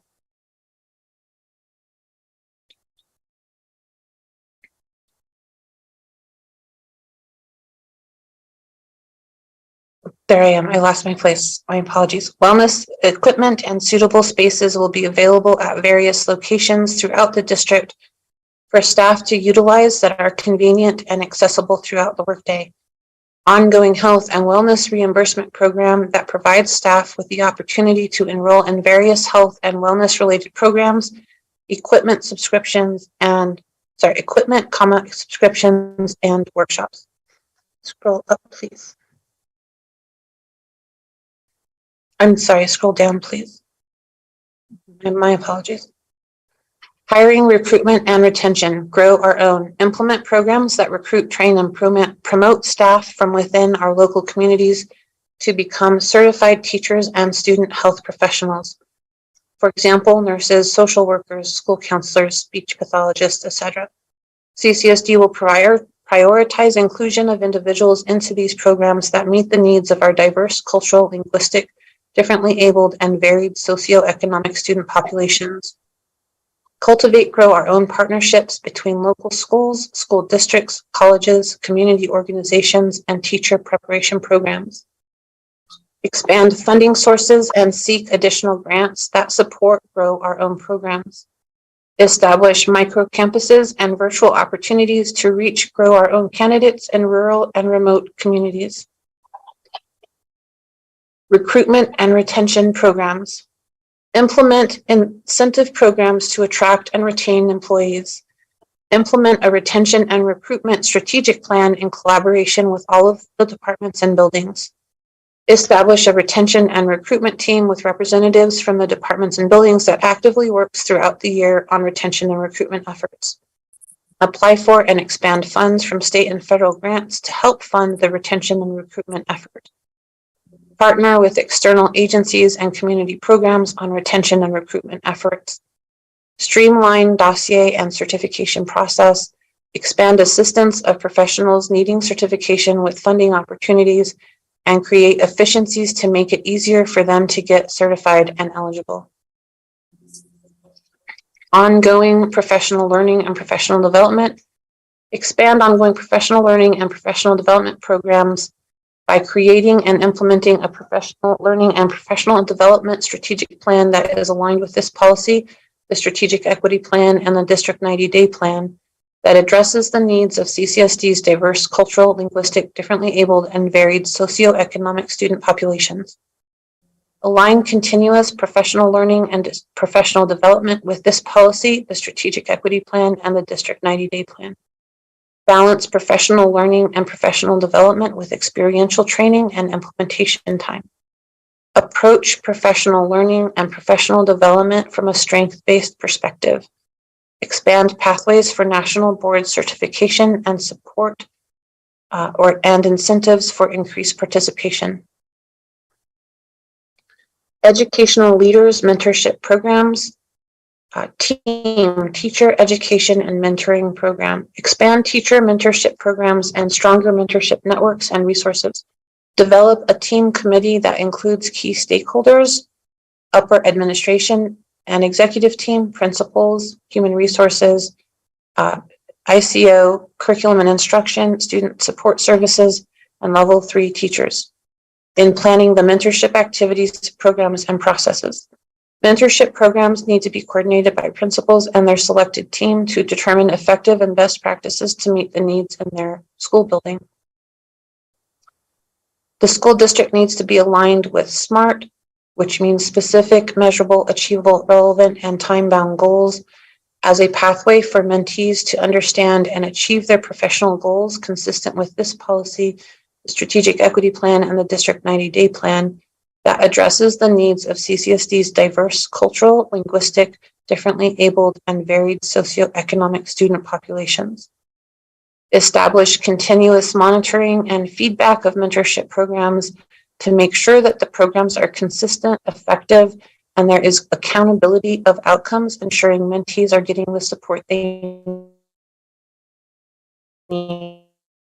The team committee will review the process that evaluates progress and growth on a quarterly basis from effective best practices and strength-based perspective, with the focus on ensuring that the team identifies resources that mentees and mentors need. Support governing board involvement, engagement, and training.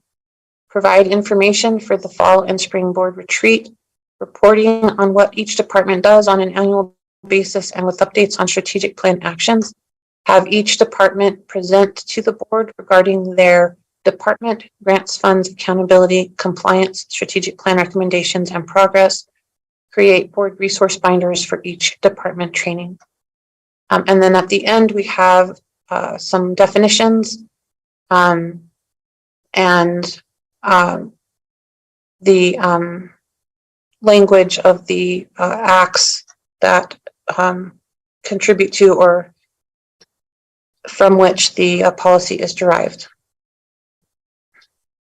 With that, board members, what we would like to do is have a few brief comments from the ICO leaders and equity supervisor, and then turn it over to the board for questions, if that is the preference of the board.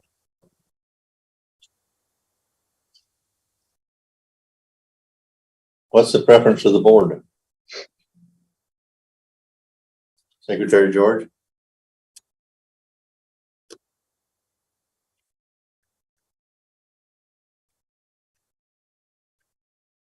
Ms. Aspas?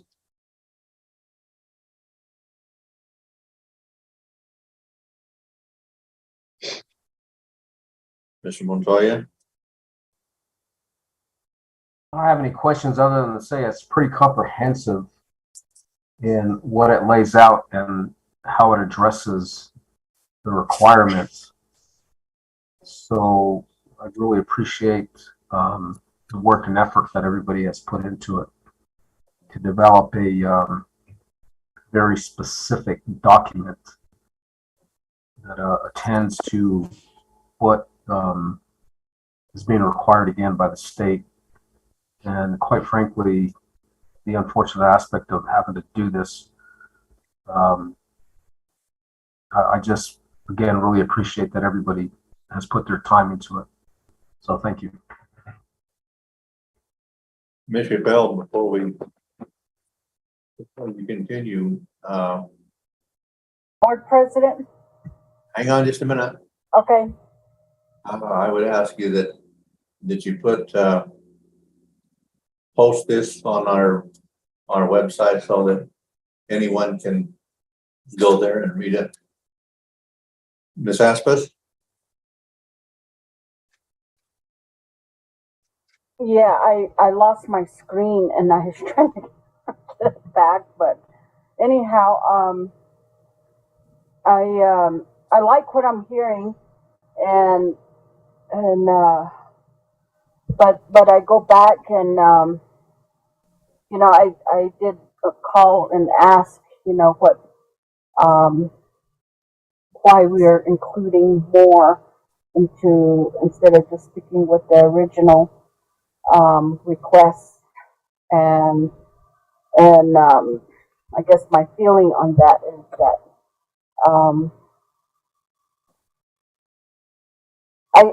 I still would like to hear, well, to think about it a little bit more, and because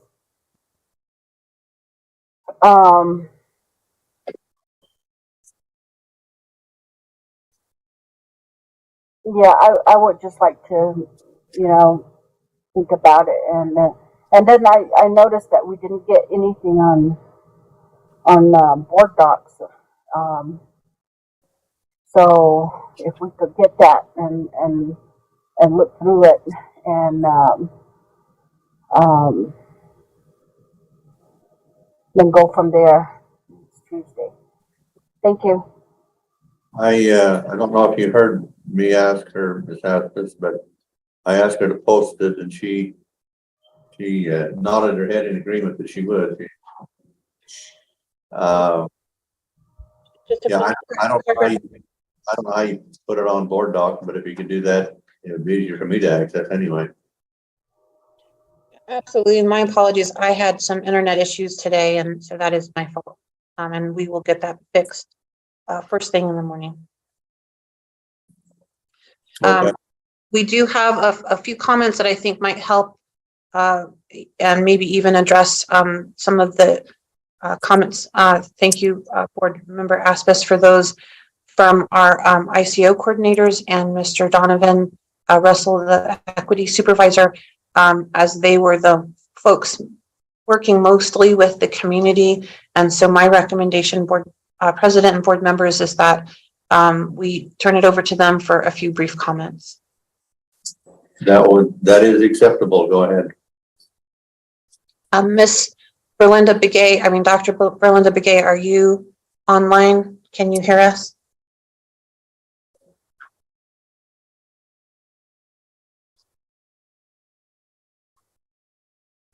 I am. Give me a few seconds. Yes, ma'am.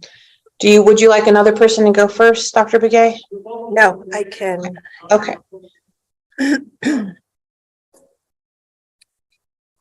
Trying to situate myself.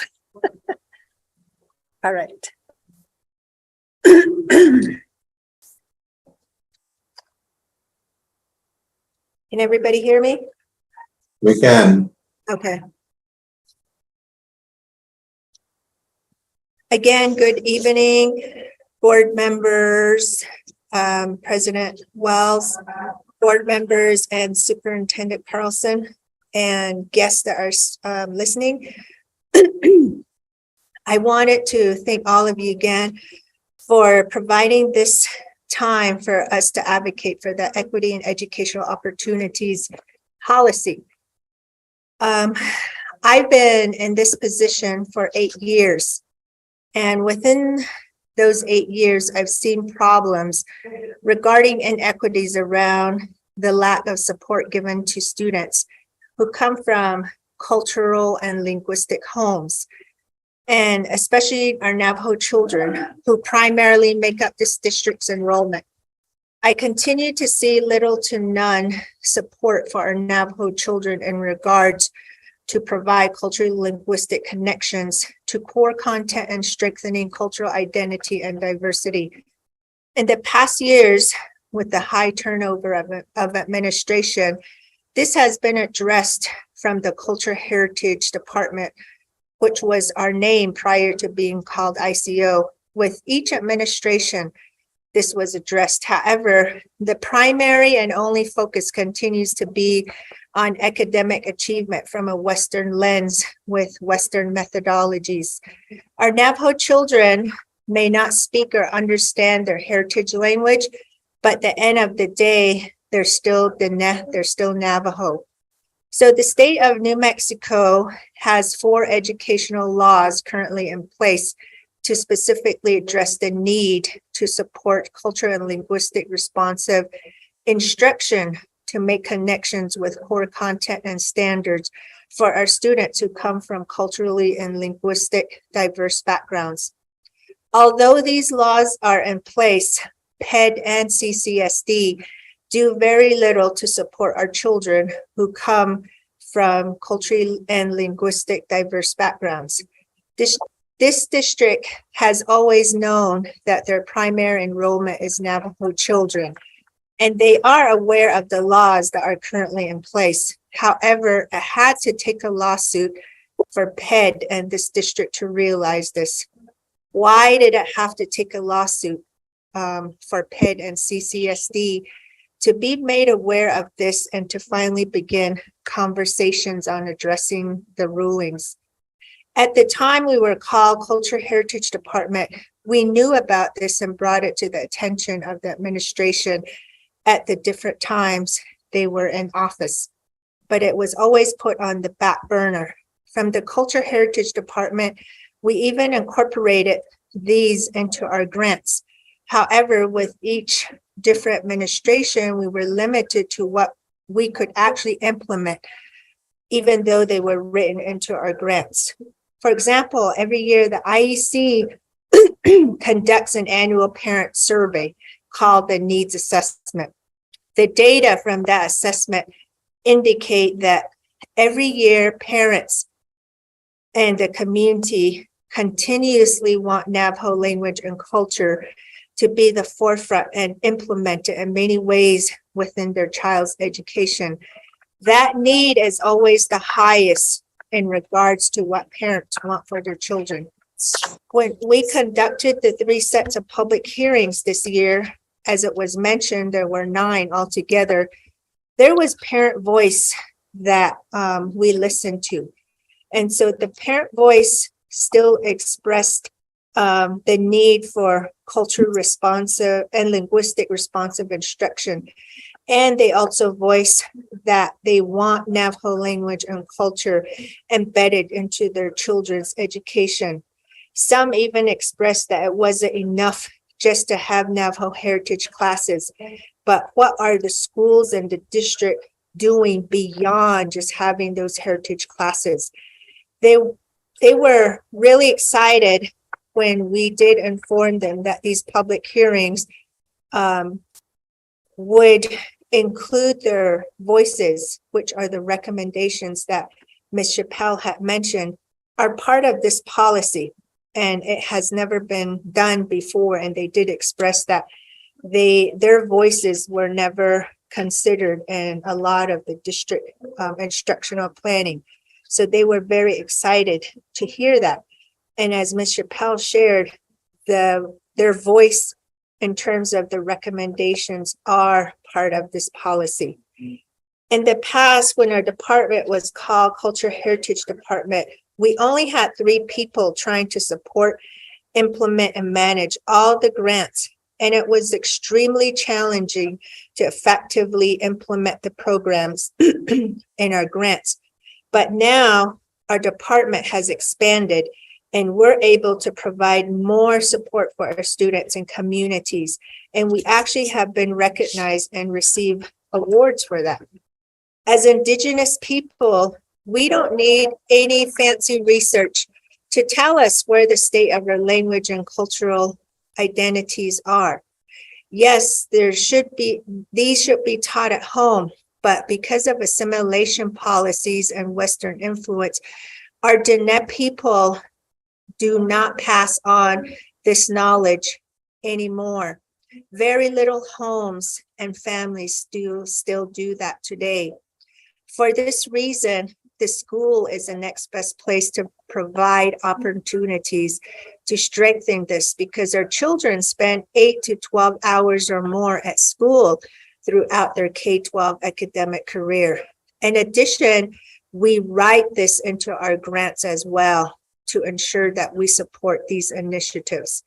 So I attended a true bilingual bicultural school called Rock Point Community School.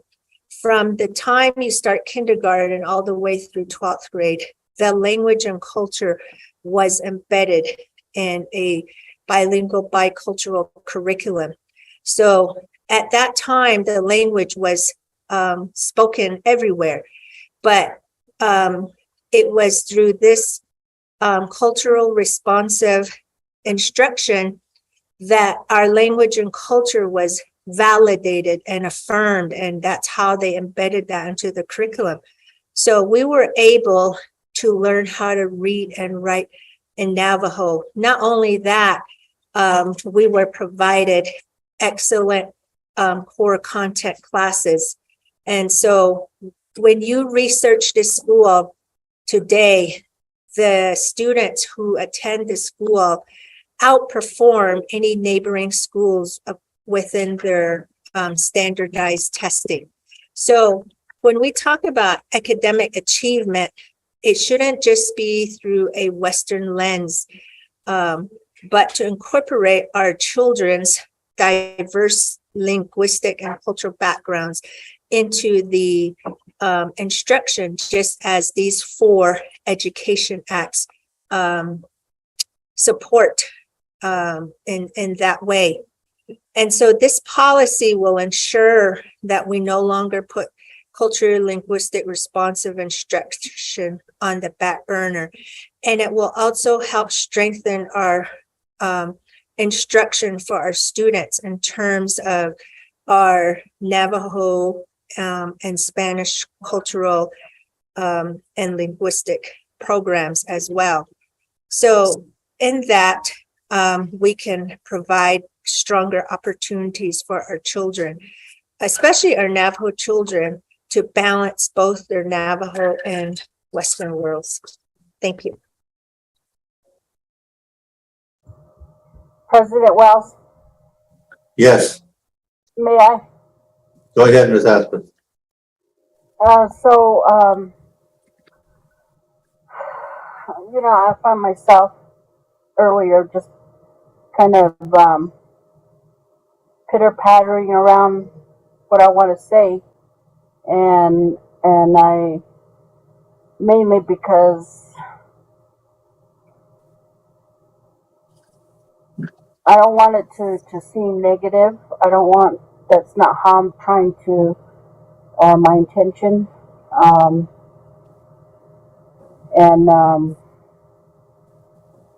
But I do want to understand, and then not only that, to also be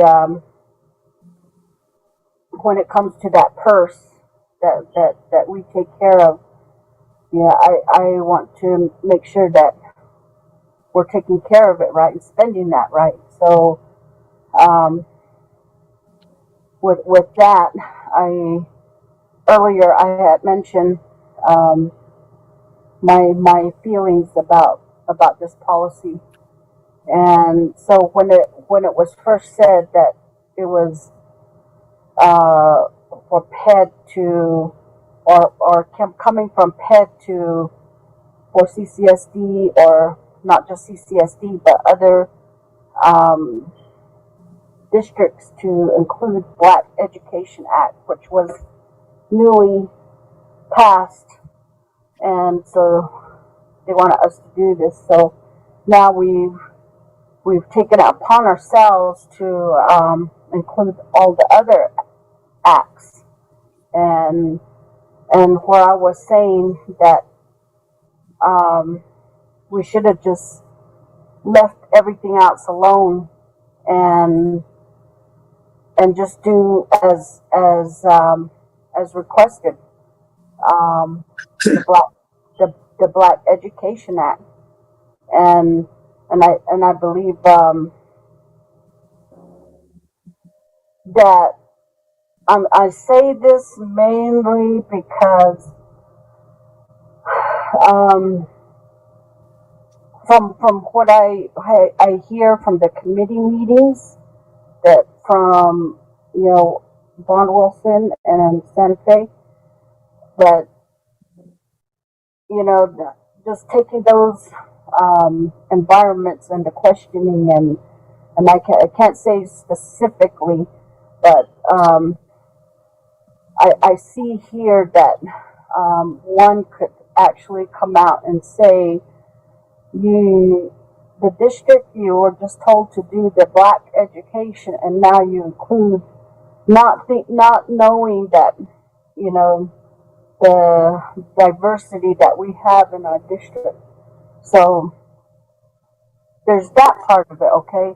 And then secondly, for a long time, I felt like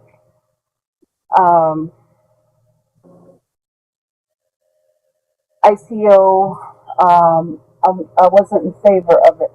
And it was, to me, I felt like it was introduced to us in a way that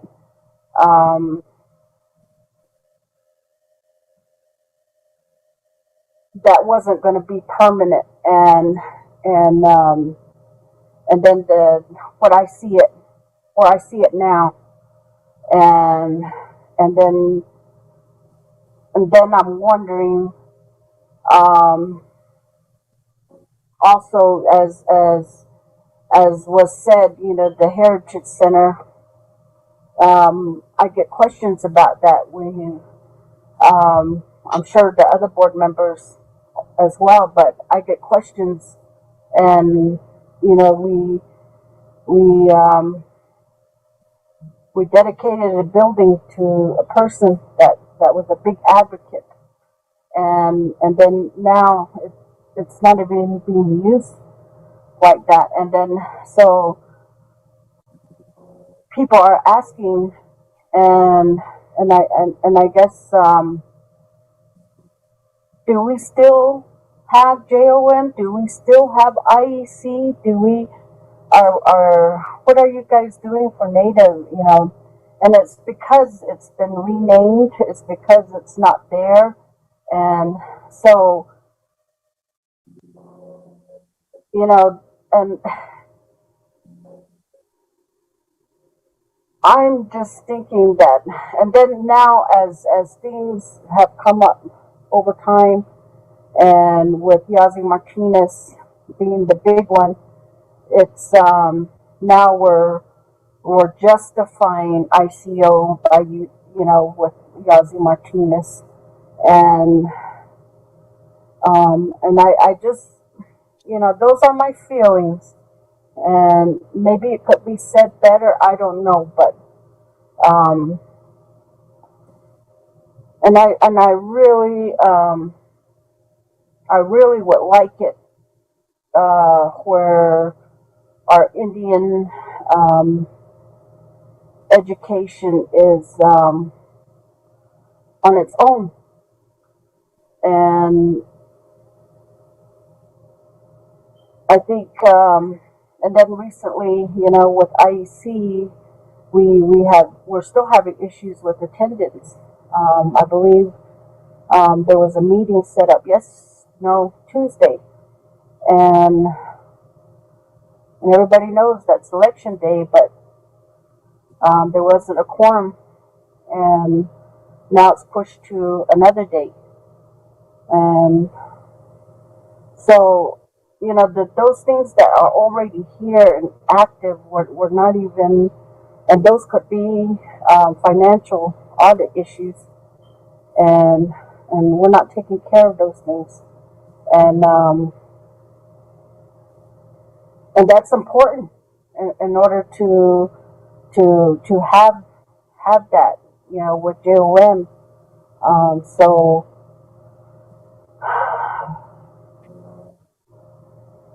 that's how I feel about this policy.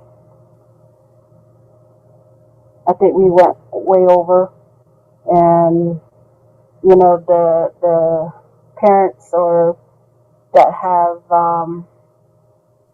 you know, the Black families, the Black students that we have this was supposed to only be about Black education, and why are we hearing, you know, I hope you get what I'm saying, and it's not to be negative. That's not my intention, but just to,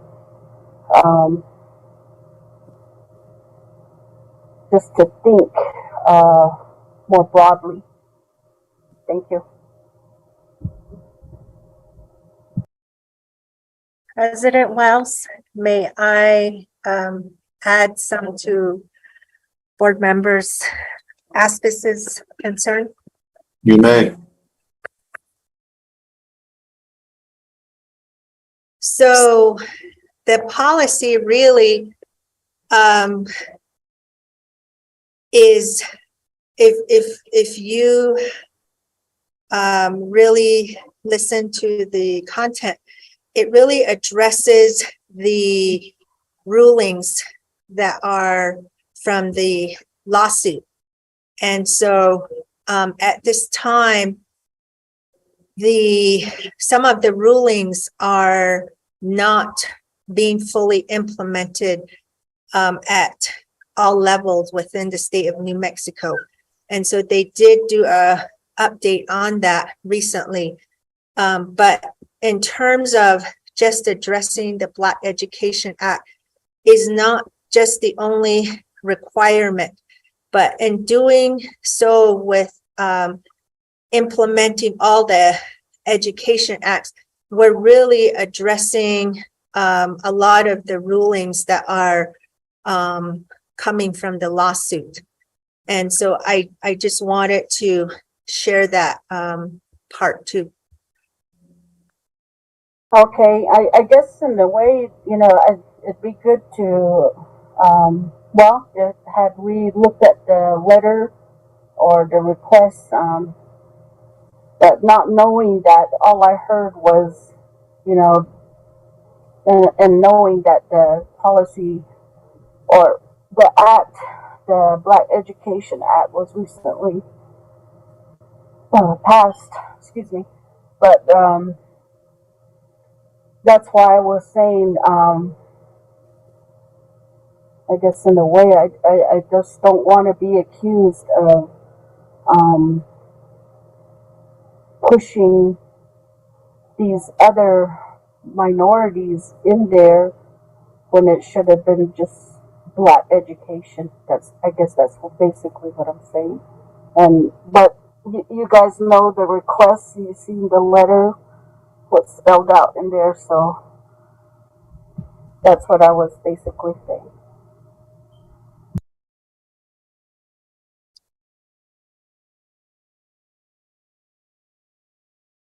Board member, President Wells, if I can add to that again.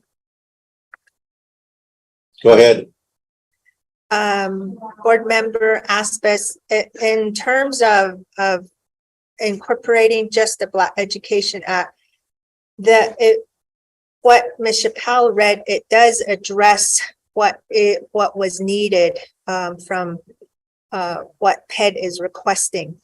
However, because of the rulings that need to be implemented and addressed at each school level across the state of New Mexico, that was actually a recommendation that came from the principals when we presented this information to them. One of the principals did recommend that instead of just addressing the Black Education Act, why not incorporate the other education acts as well? Because it doesn't make sense just to address the Black Education Act, knowing the rulings and then the diversity of our district as well. Thank you. Mr. President. Mr. Montoya. In the respects to the response of Dr. Begay, I think that making it all inclusive, as she says, is kind of similar to the decision of Yazi Martinez, even though the two plaintiffs were, one was Hispanic and one was Navajo. The judge's decision, Judge Stapleton's decision, was all inclusive to all students in New Mexico receiving an inadequate education in her determination. And again, this is just my opinion. I think by doing this, this is how we as a district can attend to and certainly try to qualify our position as a school district on how we address these concerns and issues, and the quite frankly the law as well too. Thank you.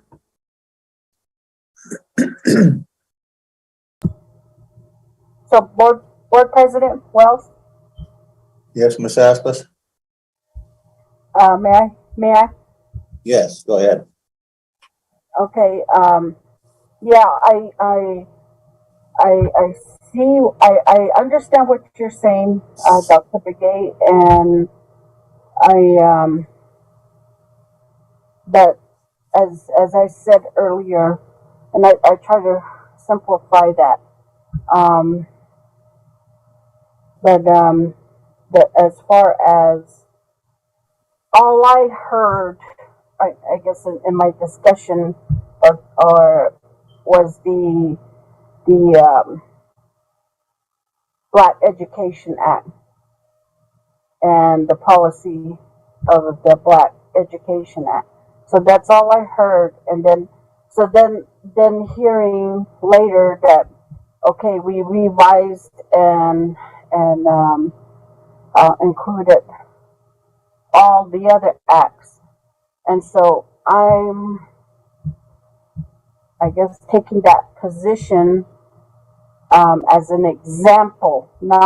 This is not me personally, but as an example of that person that may be hearing our meeting and listening, and or that legislator that says the request was just for Black Education Act, but now we get all of this other.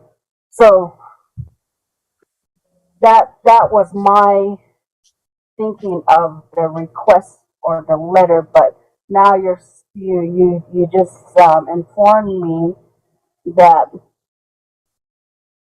it was stated differently and in the request. So that's explains why you all three acts were included in this.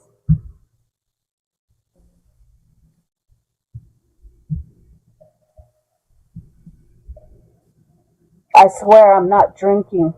I that's as best as I can. You're making sense, Christina.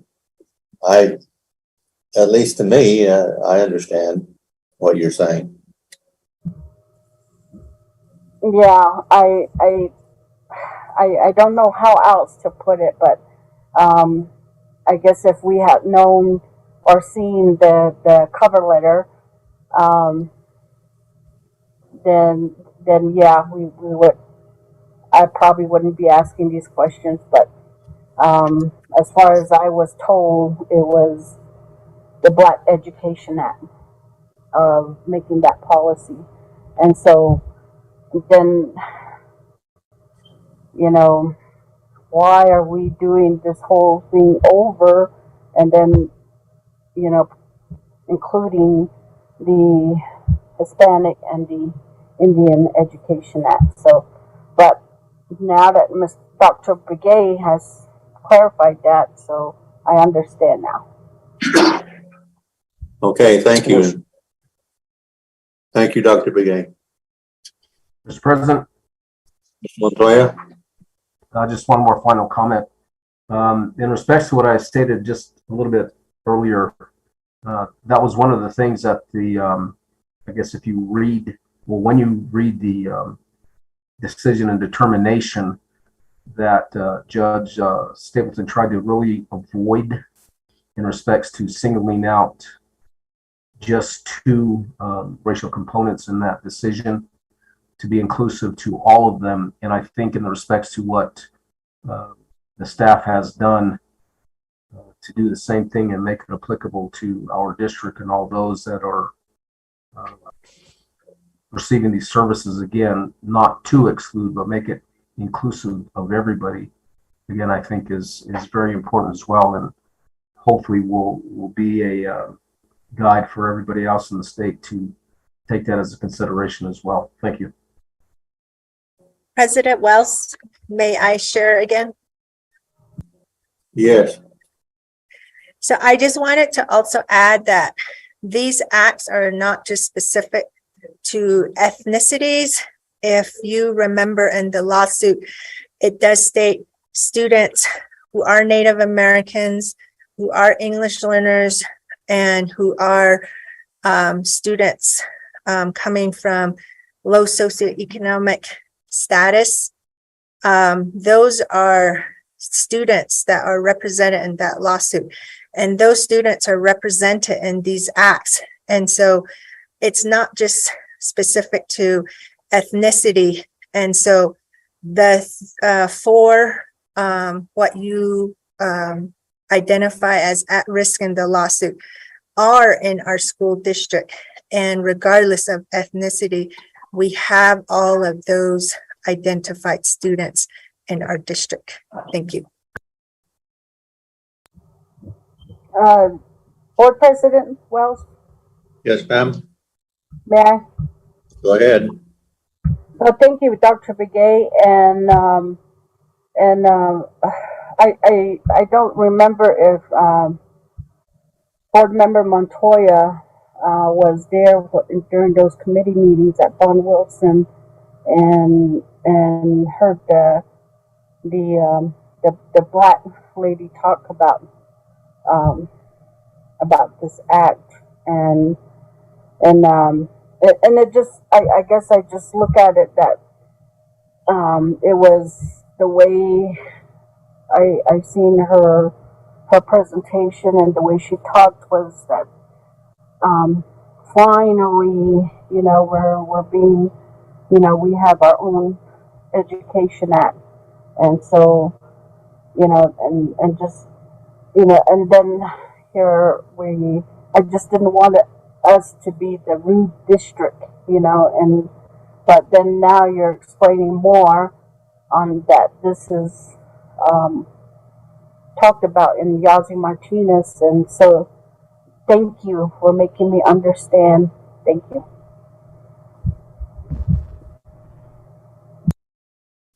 Thank you, Ms. Aspas. There's nothing further. We'll move on. One more comment, Mr. President. This, I think this is quite frankly, another opportunity to meet the needs of our students as well throughout the entire district. So I just appreciate the fact that effort and time has been put into it to get a comprehensive document that will work towards that goal. Thank you. Thank you. Board President, could I make one more comment? You may. Thank you. So I believe as an equity council, it encompasses everyone in our district, and the district embodies what we all feel is a building just for students, teachers, staff, and the administrative leaders. And what it's been about a year that I've been here with CCSD in my position as equity council supervisor, I have learned that there are missing important stakeholders who are not inclusive of our important plans and our decisions here in our district. And so through my role as an equity council, I began my involvement, engagement, and my partnership with all our stakeholders. These are our students, our teachers, staff, administrators, and individuals who you might not see in attendance of our board meeting tonight, is our parents and our community members. And so as the Equity Council, we immediately formed here at CCSD. We began our onboard New Mexico PED training. And what we did was we defined what equity and education means as a team. Our Equity Council students immediately leaped forward they were very inspired with their participation to voice their concerns and ideas through their equity lens. Upon our development of our onboard training, the Equity Council was given the task of implementing this Black Education Act. The requirements were to hold 3 public hearings, and through these hearings, I created my relationship with individuals from the grassroots levels, such as our community members throughout the district of Nosh Chitty, Newcomb, Shiprock, Kirtland, and Ojo Amarillo. I learned that changes of the inclusiveness of all stakeholders needs to happen in order to bridge the educational gaps and barriers. And through our Equity Council members, we have been inspired to bring important concerns and solutions through their powerful voices. Through my school student visitations and my public hearings, I want to value every voice that was represented of their diverse cultures that participated in these discussions. And these concerns is what you see on this policy. And I myself, I am very passionate about my work, and I utilize my life experience as an example to mentor our Equity Council students of the importance of sharing their unique identities through their voices. The implementation of this unique, cohesive Multi-Education Act took a strong voice to speak up. And as Dr. Brigade mentioned here earlier, it was a principal who didn't want us to only implement just one act, but to include the 3 other multicultural education acts as well too. And so, not too long ago, I've heard that the legislation is after all the districts and taking back the impact aid money. And I feel like this policy will protect us as a district to ensure that we are implementing this Yazzie Martinez lawsuit in our district. And so I just wanted to voice that, and I wanted to extend my invitation to you as our board members and 2 more presentations that our students are doing, our Equity Council students are leading in their own schools.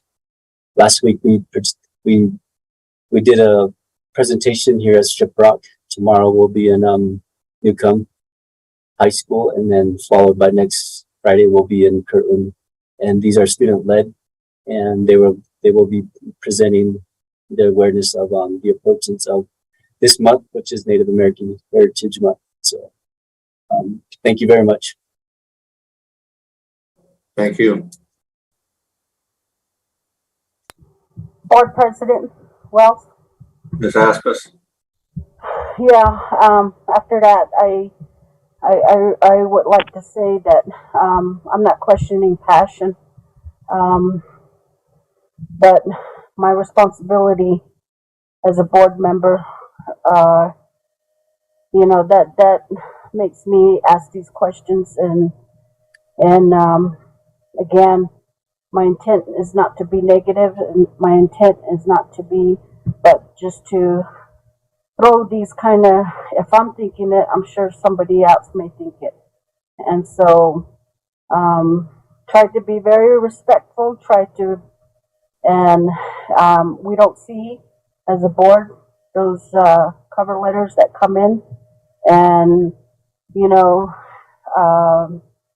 and I really like to think that we have confidence, and that but I don't want to get in the place where we're setting precedents either, and so it's really my fiduciary duty to ask questions, and I wish I could hold back and refrain, but again, I agree exactly what you said, Donovan, or Mr. Russell, that I am concerned, and basically that's what I was getting at. What I heard with those committee meetings, I really tried to beat around the bush and also bring board attorney Chappelle and board member Montoya, you know, on what they saw and what they observed and what they heard, and including Superintendent Carlson. But you know, I haven't heard that part, and nothing, and so the only one that's speaking is Mr. Montoya, but that is a real concern, and I really didn't want to put it out there, but you know, but I'm glad you did, and I'm glad that that's one of the things that you're thinking about. So thank you.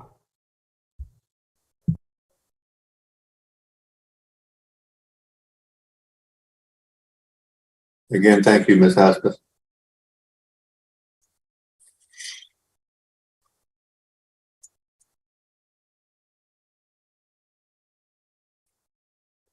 Board I did- President. Oh, sorry. Go ahead. I was just going to say that concludes our presentation, Board President, and board members. And if your pleasure is that we bring it back on Tuesday, we would like to do that and open it up to public comment as well, potentially, because it will be posted on the website.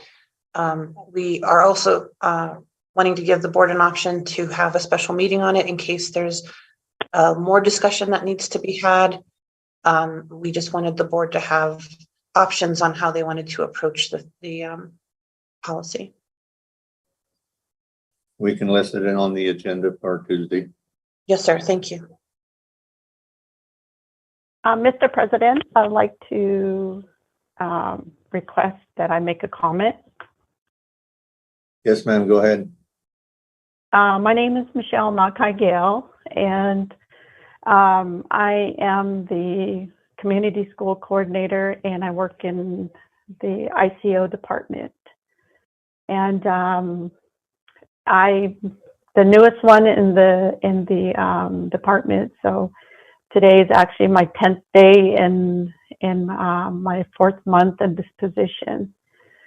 So I just wanted to say, first of all, that I am a product of CCSD as a graduate of Kirtland Central High School.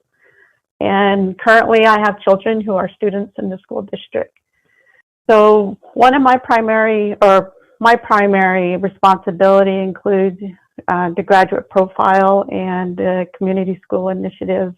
And before coming to CCSD, I've had 25 plus years of corporate experience where strategic planning drives goals and objectives. So I just want to say that I'm proud to have contributed to the creation of this policy, and that this policy was not only created in response to the Yazzie Martinez lawsuit, but also it takes into consideration a great deal of research and best practices and input from our stakeholders. So I see this document as outlining what our guiding principles are, and to help us to align what we do for our students and our staff, our community, but also more importantly, our future generation. So I just wanted to say that, and I thank all of you for your time, your comment, and thank you for that. Thank you. Ms. Nakai, thank you. Ms. Chappelle, I think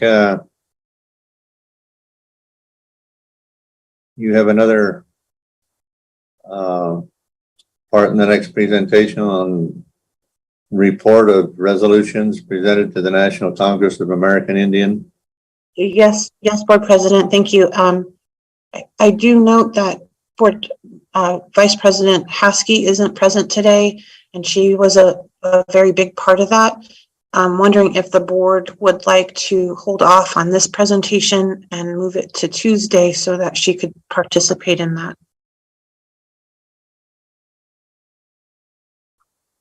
I'm okay.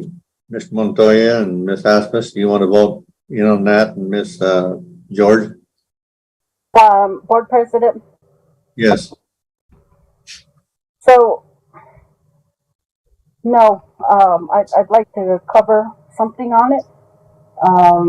Mainly because that's been on the agenda as a public notice. And again, I go back to, there may be someone who joined watching on that item, so. You're right, Ms. Asmus. It is on the agenda, so Ms. Chappelle, if there's something else that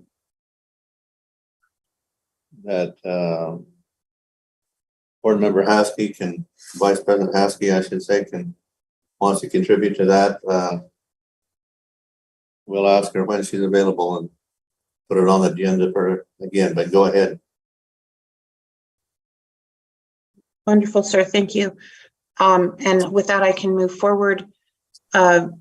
What we wanted to do with this discussion is to talk about the effort that was initially started at the National Conference on Indian Education, and then was requested by the executive director of that organization for us to also present the issues to the National Congress of American Indian.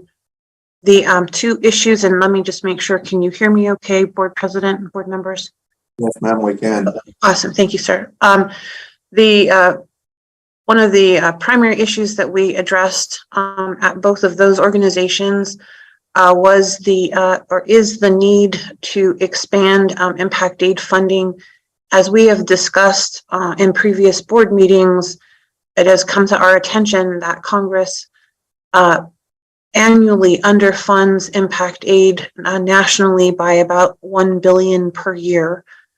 And in light of the challenges that we're facing in our district regarding plant closures and other obvious challenges, the board has indicated support to increase impact aid funding federally. We are obviously very thankful that we won the effort to get 100% of our impact aid dollars. And so the next step of that is that Congress fund that federally. So the first resolution that was passed by the National Association of Indian Education was on that topic. There are a couple of initiatives being supported in Congress right now by both NAFIS and NISA, and as we've discussed in the past, those are the two national organizations that support impact aid funding. And so the first resolution was passed by National Indian Education Association supporting those efforts. And similarly, we were able with the team that went and both Board Member Asmus and Board Member Mr. Montoya are here and can also chime in on this. And then we can get Vice President Haskey's input potentially next week. But we were able to successfully have the National Congress of American Indian also pass a resolution supporting expanding the impact aid funding efforts. The second resolution that I think is helpful to discuss that was passed was an initiative by Ms. Haskey and I believe Ms. Asmus. I believe you are also a co-sponsor on that. I can't remember if that's true or not though. So I may need you to correct me on that. And this one has to do with having Congress forward fund JOM dollars. The issue, as we understand it, is that JOM dollars come in after and sometimes mid-year, and it's very difficult for school districts to then turn around and be able to spend those on programs. And there becomes a time crunch because of federal delay. And so what was requested in that resolution was that Congress forward fund JOM dollars so that they would be available to school districts to spend at the beginning of the school year. And so I want to pause here to talk about these two resolutions, and then I want to talk about the third effort after these two resolutions, if that's preferable to you, Board President and board members. Is there a preference from the board? I have none. Go ahead. So the third focus area was really about a topic we have talked about quite a bit at board meetings and internally, and that is concerns about how plant closures and issues related to plant closures ultimately impact public school funding. And the issue that we were addressing with both the National Association of Indian Education and the National Congress of American Indian was that typically education is funded through taxes that come from development of resources.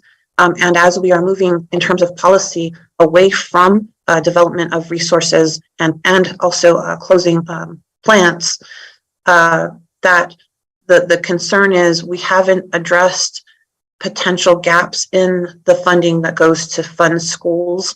And so the third effort in both of those entities was to start talking about the need to have policymakers and government officials start looking at how are we going to address the public funding gap because of those changes in policy.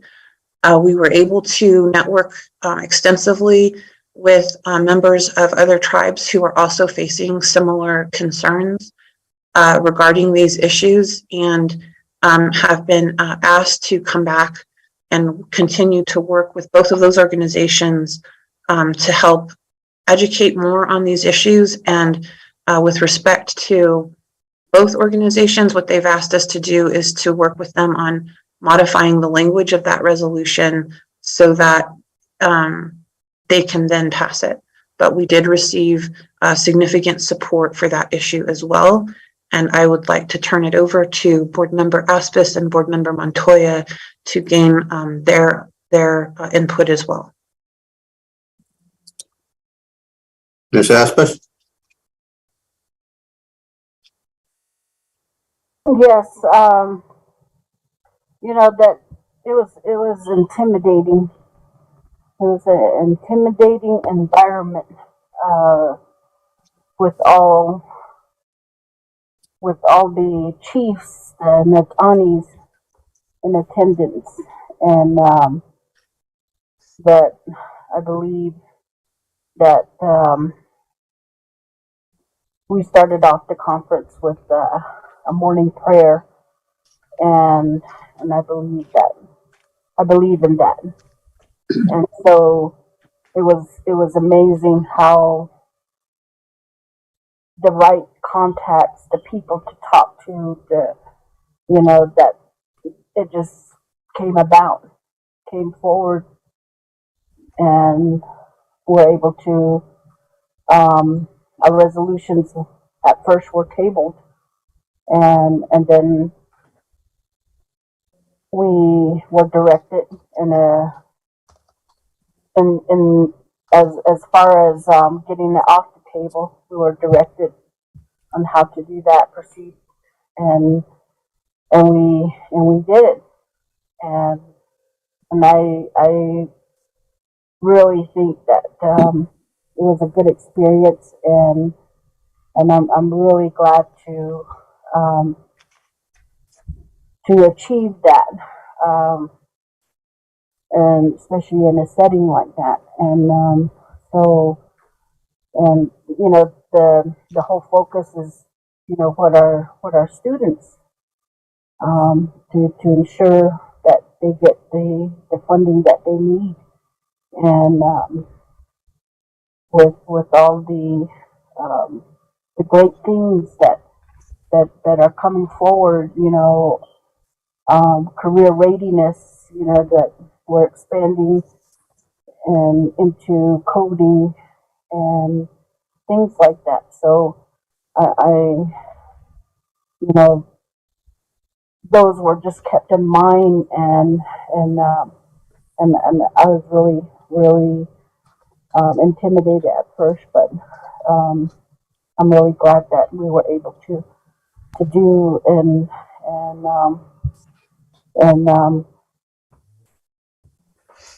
you know, they don't know us.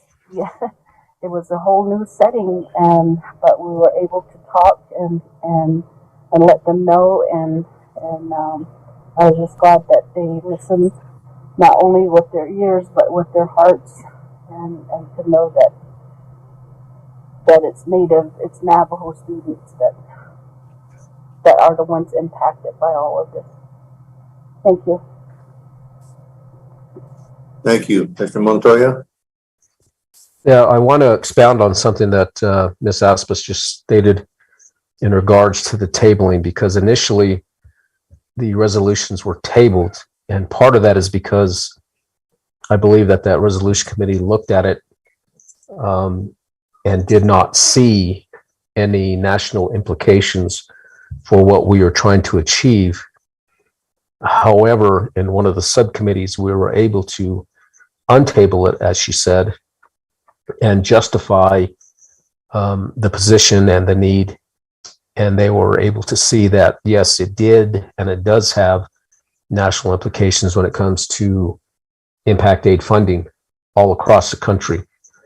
And again, especially on Indian lands. And that's, again, the organization that was alluded to, NIISA, National Indian Impacted Schools Association, is one of those advocacy groups that champions for impact aid funding specifically on Indian lands.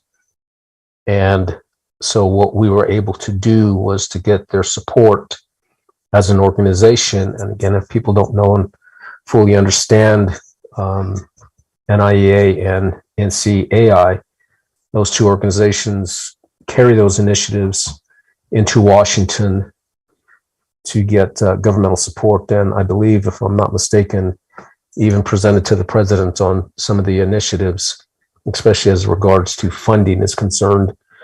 Both the impact aid and the JOM, again, are very far reaching across this country. So it was important to get their support. And just like Board Member Aspas had said, it really was enlightening.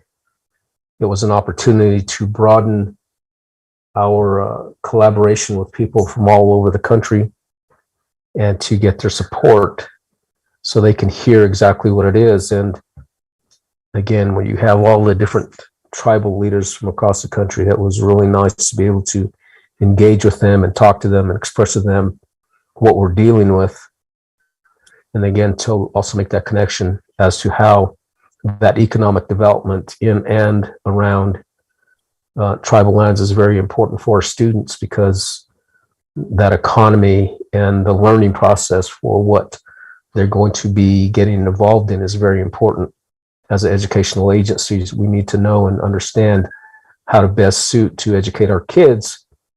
And that funding is part of that, as we all well know, because again, when you look at it from a historical perspective, here in New Mexico, we're still trying to make up for 47 years of inadequacy, even though the state doesn't want to hear it. That's the truth. And to be able to get that support from those two organizations, especially the Congress of American Indians, that is absolutely huge. So as I believe Ms. Hosky said, I don't want to take words out of her mouth, but at the end of it, she was just really pleased about the effort that was undertaken and the success that we had too. And I can say the same thing in that it was very enlightening and educational, and appreciate the chance and opportunity to stand there and make our case to get that national support from these organizations. Thank you. Thank you. Ms. Chappelle? With that, Board President, board members, I don't have anything further. The only other thing that I would add is that both organizations have direct communication and influence with Congress and the president's office. And so that became known to us even more as both Board Member Aspis and Board Member Montoya were sharing about just how important and helpful it is to have these organizations support the efforts that we just talked about. So, very, very thankful opportunity, and I have nothing further unless Board Members Aspis and Montoya have something further. Have one more comment. Go ahead. Thank you for what you just said, Ms. Chappelle, because it reminded me of something that, if I'm not mistaken, I believe NISA, NIISA, has made attempts with NEIA to forward resolutions in support of impact aid. And I'm pretty certain they have not succeeded. And to my knowledge, they have never made a successful or even attempted to go and present a resolution to the NCAI. So I'm pretty confident in saying that we, as a team, achieved something that hadn't been done before by some of these other organizations at the national level. So kudos to everybody's effort, collective effort in getting this done. Thank you.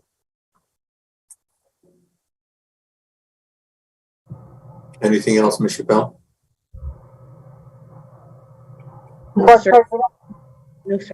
Not for me. Board President. Ms. Aspis? Board President, Yes, Ms. Aspis? may I? I have another Yes, you may. comment. So I believe too that as we see what's happening here, there's one thing that I think we were able to enlighten Congress of American Indian organization is that there's a disconnect where we're not all talking because as it turned out, a lot of, well, not a lot of, but several chiefs of their tribes spoke, and then some were catching up with us in the hall where we went on break, and a table in the hall, things like that, and come to find out there's our issue is common. It's going in that direction, and I guess had we not gone there, we probably would have never known those different regions, those different areas, and they would have not known about our area, our concerns, our issues too. So I believe it went very well, and I hope that our resolutions is I don't know what the procedure is after it goes there, but I'm just hoping that it's positive. Thank you. Thank you.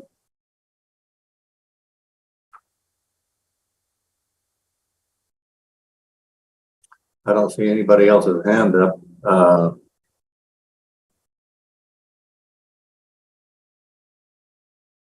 Ms. Chappelle, did you have anything else? No, sir. Thank you so much. Okay, moving on. Item H, Mr. Montoya or Mr. Yazzie.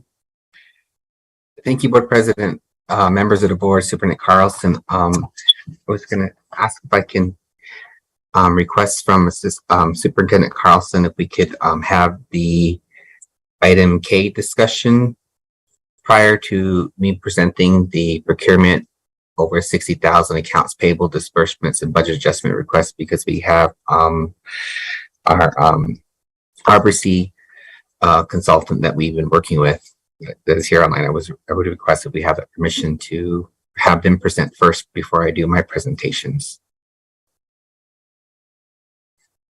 Well, I have listed here K is by you, so whichever order you present them in, in line with what Ms. Hasper said earlier, it's on the agenda. I don't know that it's the order is pertinent, but go ahead. Okay, thank you, Board President, members of the board, Superintendent Carlson.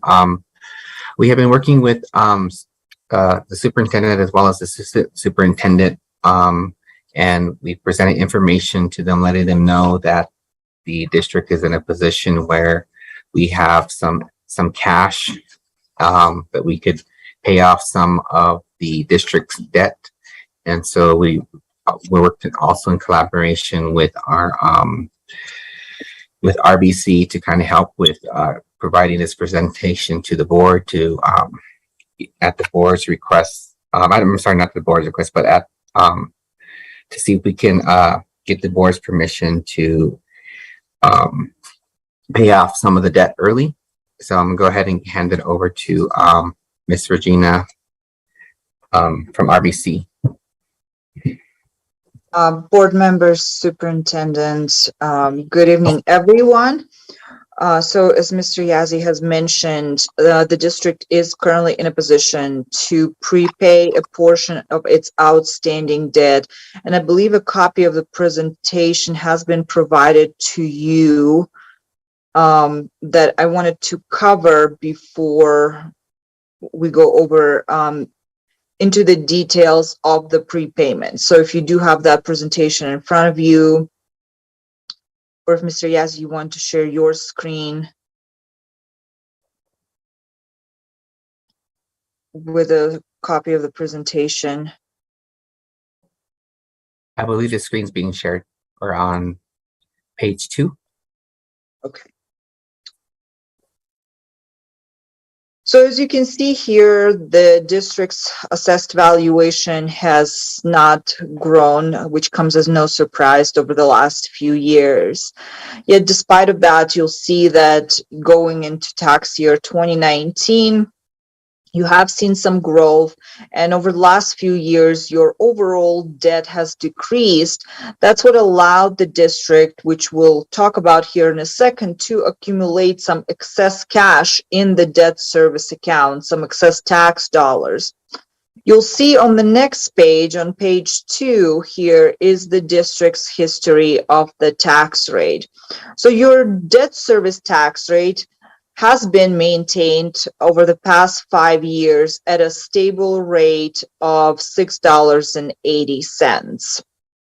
One of the reasons why we also are suggesting to use some of the excess cash to prepay the debt is because if the cash that is in your debt service account is not used, and that account is restricted only to either prepaying off debt or paying on the new issued debt, your tax rate would have to drop over time and then potentially go back up. But we'll come back to that. So right now, the goal is to maintain your tax rate stable, especially as the district will be considering an election for its mill levy in 2023.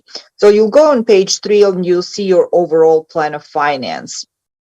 So you did have your 2 mill levy, or the Senate Bill 9 reapproved last in 2019. Next recommended election is for November of 2023 due to changes in the election law that you're aware of that only allow school districts to pose questions on odd numbered years if you don't want to incur the cost. If you're posing a question to voters outside of that time frame, it has to be a special mail-in ballot election, and the district would have to pay for it out of pocket.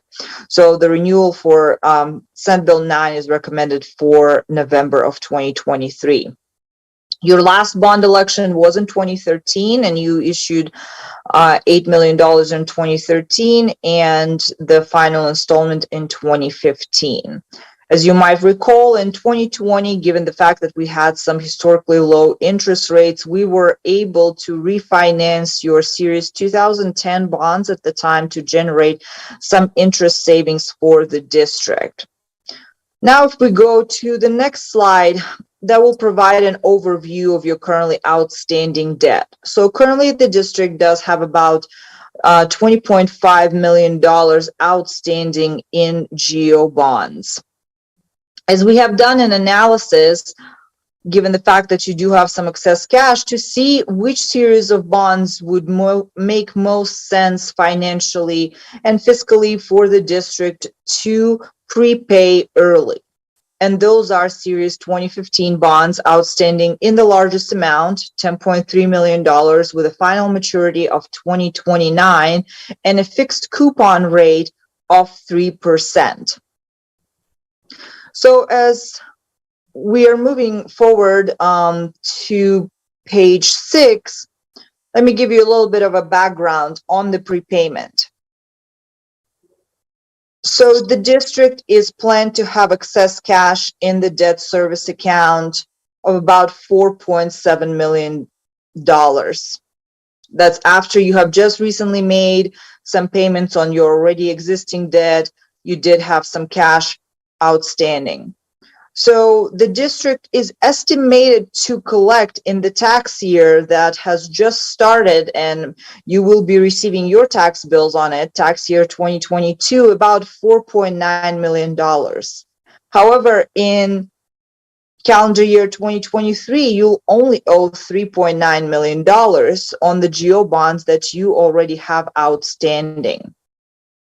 So what we are projecting is the district having some excess cash that can be used to prepay some of the debt early, also leaving you in a position with having enough cushion in the event we've seen some decline in your assessed valuation. As I have mentioned, after analyzing the bonds, Series 2015 offers the highest savings to the district. The district does have an option also to use additional funds from the general fund to prepay more debt than just the funds from the 41,000 account, that is your debt service fund, which is funded by the tax dollars. So if we'll go to the next page. So the two options we want for the district to think about and consider is prepaying part of the Series 2015 bonds, meaning only two maturities in the amount of approximately $3.7 million with the cash that is sitting right now in the debt service fund. So that would generate present value savings of about $660,000 or 17.9% on the interest the district would save over time, meaning those are the savings that are passed on to your taxpayer over the life of that bond. The total cash that the district would need to prepay the debt partially is about $3.8 million. If the district wanted to contribute additional cash from the general fund in a equal amount, about additional $3 million, you could prepay about $7.4 million of those Series 2015 bonds, and that would generate savings of about $1.1 million or about 14.9% over the life of those bonds. However, like I mentioned, that would require an additional cash contribution from the general fund for that larger amount. So those are the two options that are available to the district. The cash contribution of $3 million, that's just an example here, that amount can be slightly lower or slightly bigger, depending on the availability of funds for the district. So these savings are already net of all the costs that are associated with refinancing that are presented to you. So we did put together just a suggested timeline if the district did decide to proceed with either option A or option B for prepaying the debt early. And on page 8, before we talk about the timeline, you'll actually see the options and the savings in interest year over year for the Series 2015 bond. So again, if you just prepaid the bonds with the cash that is already restricted cash that's already sitting in your 41,000 account, over the life of those bonds, you would be saving on a gross basis $720,000, so about $110,000 every year. And if you contributed additional funds from your general fund, you would be looking at about $1.2 million on a gross basis of savings. So what does prepayment entail in terms of the steps or the process? So the process is slightly different than you would think about in terms of your regular mortgage. So if you go to page 9, we have a process, a schedule laid out, which can be adjusted as needed. So the board would have to adopt a resolution allowing for the prepayment or the defeasance to happen. We already do have drafts ready for the meeting if the board decided to take an action next week, prepared by your legal counsel, either for option A or for option B. After that, your financial advisor, which meaning us, in addition to your legal counsel, verification agent, and escrow agent, would work on purchasing securities to be deposited into an escrow fund that would be held outside by a bank that would pay off the debt.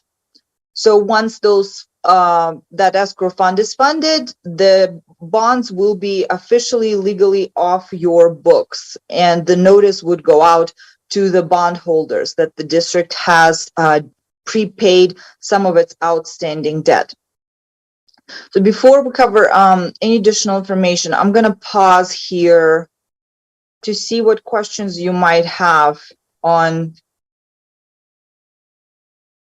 this prepayment. And Donovan, if you have anything to add, if you think that I have missed any of the information, please let me know.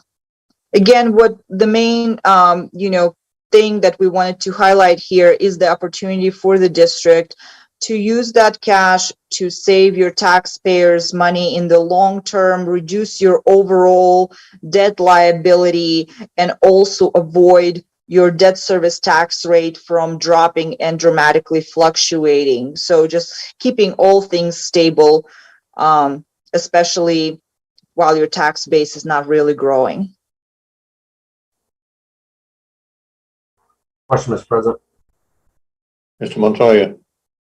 In respects to the shutdown of San Juan Generating Station, and obviously the reduction in that collection of that tax from there, and really the question would be, for me, would be, do we have available that cash on hand to contribute the additional funds to reduce that burden, as you had stated? So we were communicated by the district that the district could contribute up to additional $3 million from general fund. However, it is not required. The district, again, could only use the dollars that are already sitting in that restricted 41,000 funds, which are the tax collections to pay debt service, and those funds can't be used for any other projects or anything else. Thank you, Mr. Jennings. Yes, I believe we do have the, when we communicated with Ms. Regina as well as the superintendent, we did come up with the district is able to pay down additional $3 to $4 million from our general fund. So we kind of just gave her an estimate of $3 million as an example to present to the board. Okay, because that's going to have to be a serious consideration for the property taxpayers in the Kirtland area to try to diminish over time some of their burden as well.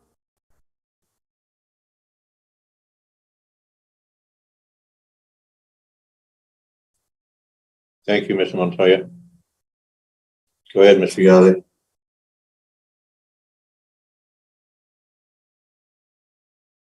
Thank you, Board President, members of the board, Superintendent Carlson. I believe our next step was to get a dollar amount, approved by, suggested by the board.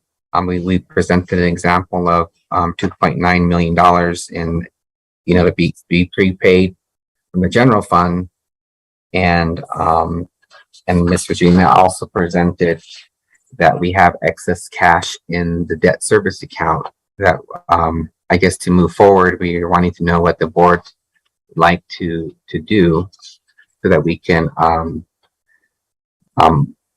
offer this savings to our taxpayers. And so we're just needing, give time to the board to discuss the matter and let us know how we can proceed from here. Board President. Ms. Askus. Okay, so how do you feel, Superintendent? Thank you. I'm glad you asked that. Because of the influx of federal dollars and several different kinds of funds for the last couple of years, the district finds itself in a position where we have excess cash balance. So not only would I recommend paying with what's in the debt account, I would also recommend the extra $3 million. That wouldn't take away from what we still have there. We do have impact aid money that's sitting there that we plan on using for impending projects that we can help with. But we do have quite a bit more than the recommended amount by the state of New Mexico. So that would be, I've heard the discussion, and I think it would just be, financially prudent. That would be the best way to go, would be to prepay the debt to the tune of $3 million.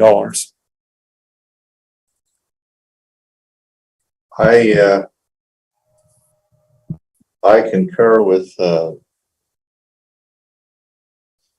Mr. Carlson. We've talked a little bit about this, and because of the surplus that the district, this is my understanding, because of the surplus that the district is carrying, we're under scrutiny from PED because our cash right now is higher than other districts. So if we can, it's my opinion, anytime you can pay off a debt early, you're way better off. And because the district has the funds to do that and is carrying a surplus beyond what other districts in the area are carrying, I think it would behoove us to use the $3 million and pay it off and save the district. 1.2 million, I think, was what was put up here. That's a considerable savings, and I think it would be prudent to do so. May I, Board President? Yes, ma'am. Is our board attorney still on? Is she? She appears to be. Well, I guess I just want to throw this out there. I feel that, yes, well, let me ask you this. Why, is your reasoning mainly because of the situation of, our funding? Superintendent Carlson? That's a portion of it for me. There's more to it. Okay. For all the recommendations that they talked about here, anything we can do for Mr. Montoya mentioned, the taxpayers of Kirtland, that's a big help. And also saving money in the long run as far as debt services. I think that it's just a really good idea. But of course it does. I mean, it's that the $3 million is honestly not enough to do much damage to what we do have in the cash balance. I mean, I don't really want to talk about exact amounts. You and I can, and I think we can. If Mr. Yazzie wants to bring the amounts in, we could do that. But we also are looking at other plans to put that money in a basically kind of a savings account that we can use for projects. For instance, even regardless of where we go with the Newcomb Elementary and then the middle school and high school, we need to get those projects going. We need to have money for those. We do have the money for those, even with this $3 million here. And so, I mean, if that $3 million we're going to take away from anything else that was planned, then I would not suggest it, but it won't. And so I think that we can do this and fund the projects that we need to down the road. Okay, because I guess the first thing that came into my mind is, yes, I understand about having a large reserve, and then on top of that, but the first thing that did come to mind is, the new school that we wanted to, and we may be paying for the 6 additional classrooms, and so I want to make sure that money is untouched, and that it's there. And that was that. And then now I'm thinking that, and is our board attorney, Jermaine, are you still? Yep, I'm still here. No, Jermaine Chappelle, our board attorney? Yes, ma'am. Yes, board member Aspis, I'm still present. Okay, I just wanted you to hear this, but I feel that because of this partially being, and then as board member Montoya also talked about the taxpayers, Kirtland taxpayers, and then and the question I asked Superintendent Carlson about, is some of this due to the closures. And so I feel like, wouldn't this be a good reason to get this from P&M?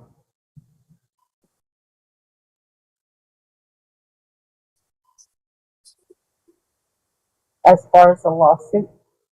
Board member Aspis and board members,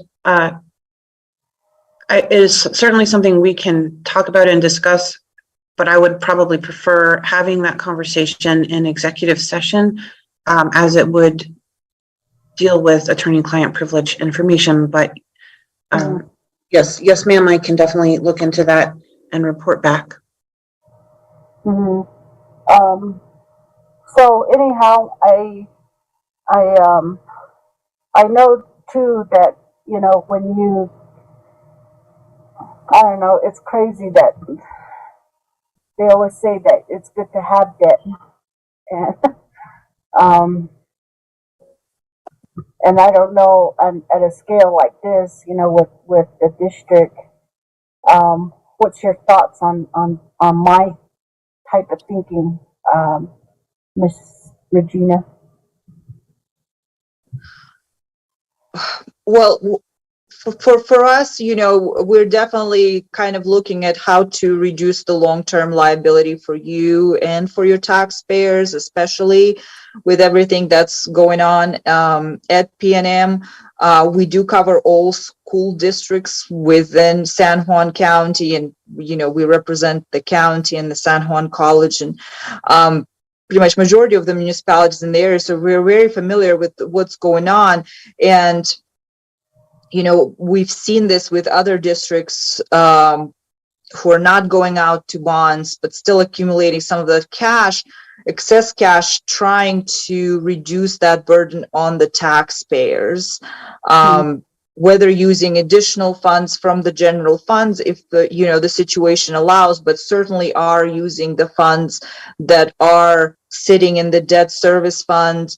Of course, once again, we really don't want the situation where you do have too much excess cash and PD starts questioning of why this cash is not being used to either prepay debt or affect the tax rate, which could have bigger implications, you know, for the taxpayer and the district, as you are also thinking about potentially future elections or even mill levy elections. So just creating that stability overall, but also communicating as you guys will be going out to November 2023 election. This is a prudent fiscal decision by the district to communicate to the voters that you're not raising the existing rates, you're actually working on prepaying the debt. And hopefully, if in the next few years you see more surplus, we will be able to continue reducing that liability for you and potentially paying off the debt much earlier than originally planned. So your debt was supposed to be prepaid in 2029, paid off in 2029, currently as scheduled. But if we start becoming more aggressive with these payments, the collections continue to be stable, that deadline could be moved up to 2025 pretty easily. Okay. I'm just throwing this out as a question. But with the balance, and as you said, it should have been paid off until 2029.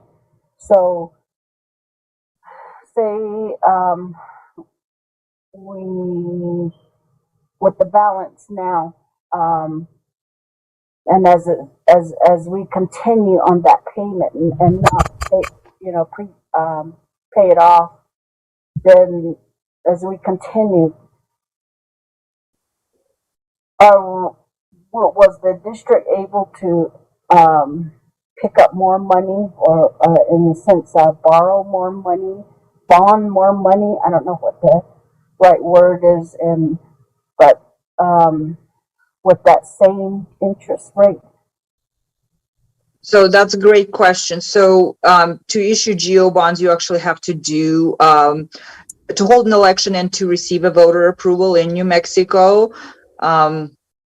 So you would have to ask for authorization if you did prepay off debt, let's say by 2025, in November of 2025, you could consider going out for an election, or any other time if you want to hold a special election to be able to borrow, say 10 million, 15 million, you know, depending on what the capacity is at the time. Or the district could consider doing education technology notes in place of GO bonds. Those do not actually require voter approval. They can be approved by voters, and I would be more than happy, you know, when we get to that point, for considering that, to talk about that. That's a tool that is used by many districts, using those tax dollars that your taxpayers are already accustomed to paying, and using those monies to supplement technology on an annual basis without having to hold an election and ask for authorization. Okay, so I'm thinking that like you were saying in 2025 or our 2029 should have been when it's paid off, but then we say something occurs where we need, but now we're dealing with a higher interest rate. Would that, is that a true statement? So the way the planning typically works, I know that, we've seen an interest rate hike recently that is not affecting the district, when it comes to the bonds you already have outstanding, obviously, because they're issued at a fixed rate. In 2 years or 3 years, we might be in a position where we're in a recession and the rates might be significantly lower as you do go and consider to borrow funds additionally. However, when we do plan your borrowings, we built in much more conservative interest rates because we do plan those things a few years out, not just a year out or 2 year out, to say that your interest rate might be 5.5% at the time of the borrowing. And we look for different options of what makes most sense for you fiscally, whether it's to borrow through public markets, go through private placements, through New Mexico Finance Authority, and we'll let you know what is possible for the district to borrow with the current interest rate assumptions, adding additional conservative cushion to that.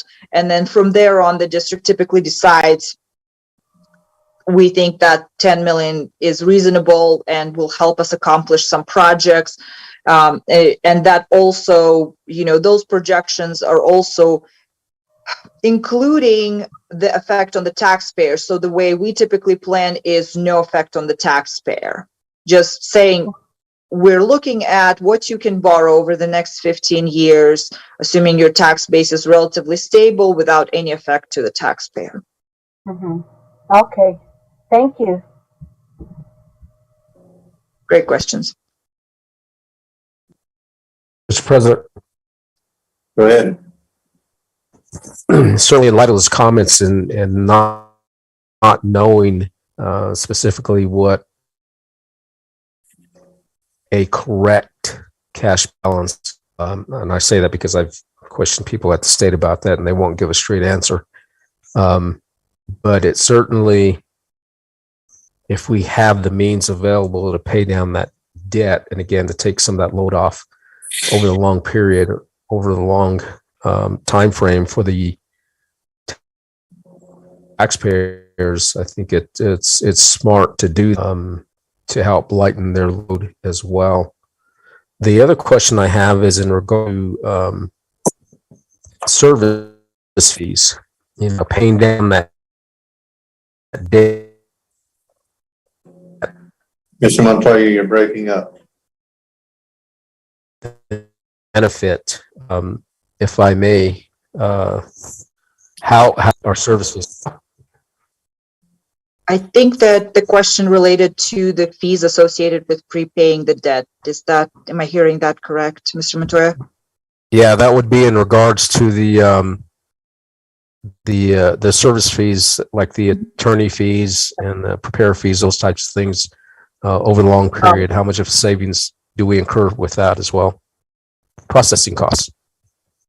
So the costs associated, they were on page 7 of the presentation. So if you will look at prepaying just with the funding from the debt service fund, you're looking at about $60,000 in associated costs. It's a one-time cost that will come out at the time of the prepayment. Typically, between us and your attorneys, you'll usually incur costs. We don't charge you annually or have retainers. The costs typically happen if there is an event, if there's a bond issuance or an election or prepayment. So there's really no like an annual fee, so to speak. If you're prepaying a much larger chunk of debt, the cost will go up to about $67,000. That's an estimate. It's the cost of the attorney fees to provide all the necessary paperwork.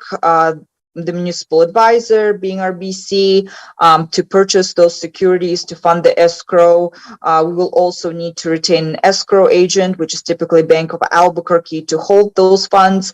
And in addition to that, to make sure that all the funds are sufficient, and your auditors will require that, is a fee associated with hiring a verification agent to make sure that all the yields are correct and the amounts are sufficient, so there are no issue with bondholders.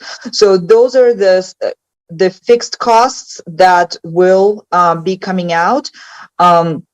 One consideration here, I think, over long term, the faster you prepay the debt, the fewer fees you'll have in regards to retaining Moody's rating, because right now, although you're not issuing debt, you're still annually paying some fees on continuous updates of the rating.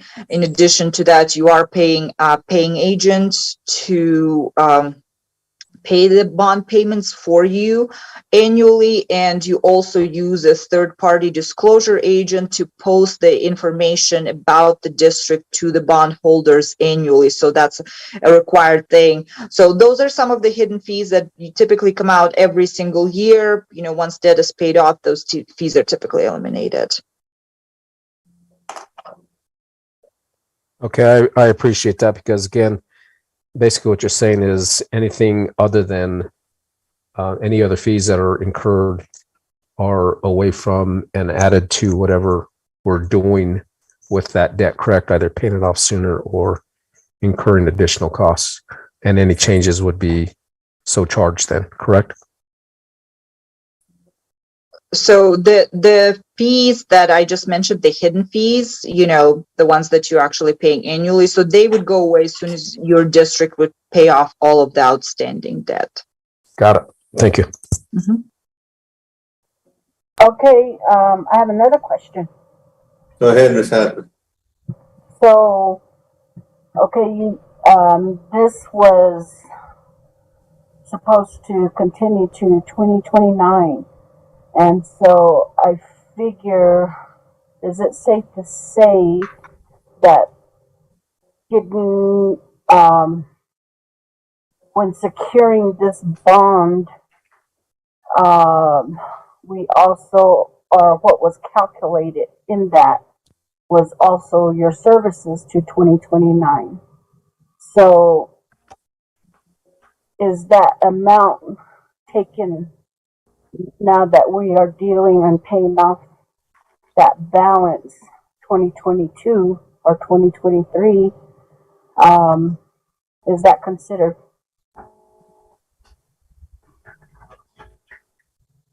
So the way our service fees work are very standard. We're happy to send you the copy of the existing contract. So again, we only charge when an event occurs. So if you guys issuing a bond like you did in 2020, there's obviously was a fee associated with that. If you are prepaying some of the debt, there's a fee associated with that. Just because you have debt outstanding, let's say you did nothing and you decided we're just going to continue paying off debt on schedule until 2029, and no event would occur based, on our agreement with the district, there would be no annual fees just because you guys have outstanding debt. Okay, I just to understand, make sure I'm getting my point across. I'm gonna ask my interpreter, Board Member Montoya. Do you get what I'm saying? Maybe you could ask that, put it in a better way. I'm trying to figure out how I can best state that.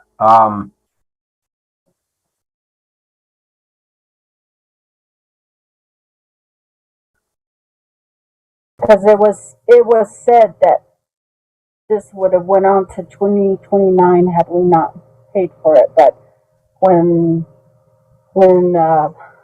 the bond was, I guess the contract, when that came into effect, the contract was made to 2029. So I'm wondering if services were calculated to 2029, but we are now prepaying in 2022.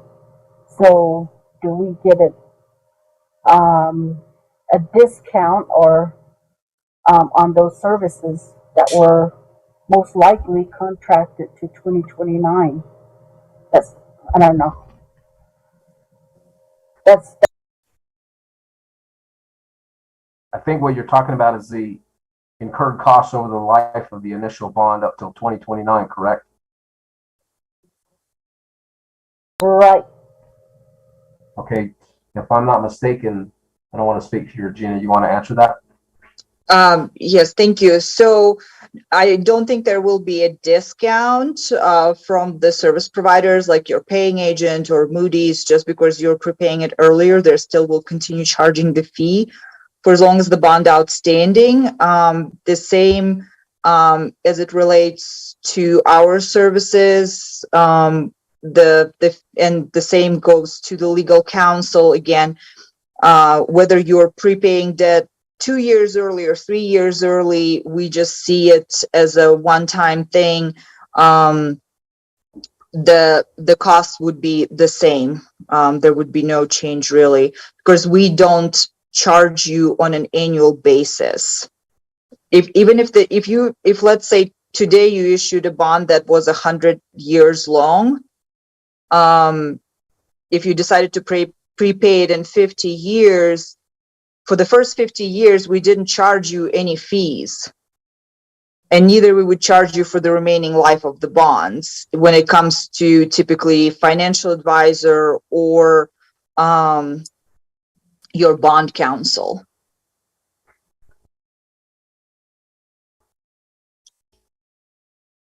The bank that issues payments to bondholders, they do charge you annually, and they will have to charge you for as long as you make payments on the bond. So there will be no discount there. Again, all the fees typically associated with bonds are flat fees. Would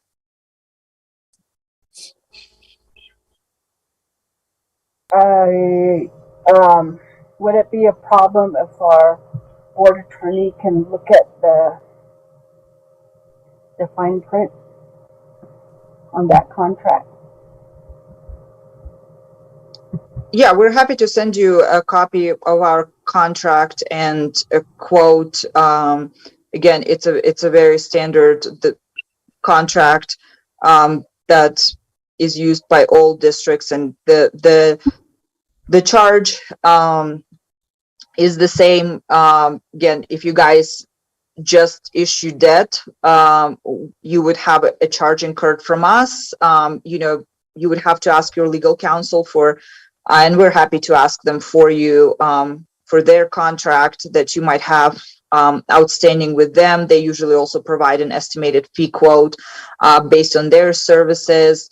But again, it's based on the one-time event that occurs, whether it's a bond issuance, bond prepayment, refinancing of the debt like we have done in 2020. So we charged you in 2020 because you prepaid the debt,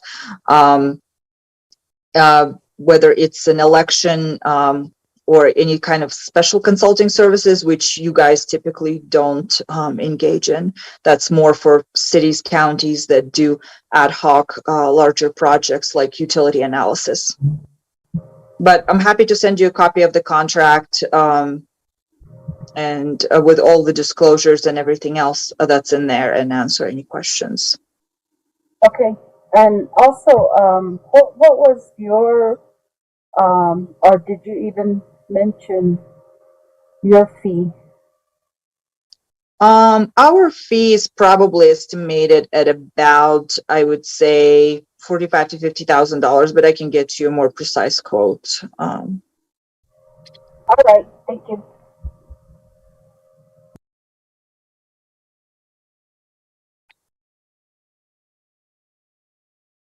because as your municipal advisor, unlike some other parties, we do bear a fiduciary responsibility to any advice that we're providing to you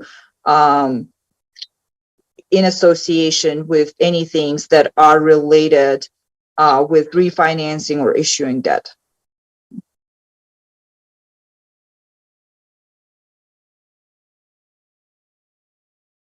Are there any other questions?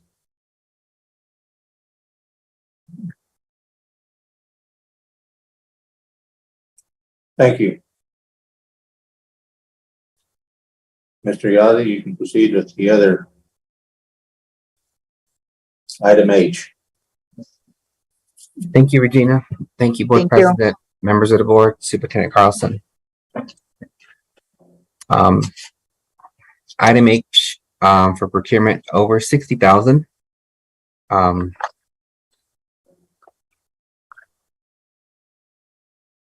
We have, Thanks a lot. 20 purchase orders, being requested for approval over, 60,000. Ms. George. Contract services for gifted nursing, It'll take a while. purchase order. Do I continue, Mr. Carlson? Yeah, go ahead. Good. Okay. Purchase order for our accountant as well as the various construction projects that the district is working on at various school sites.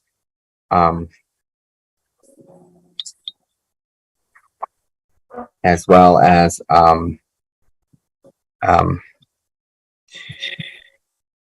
testing services through the iStation program, outsourcing to create our district master 5-year master plan and other construction projects again throughout the district that we are working on, and purchasing classroom instructional materials as well too. Any questions for the purchases over 60,000?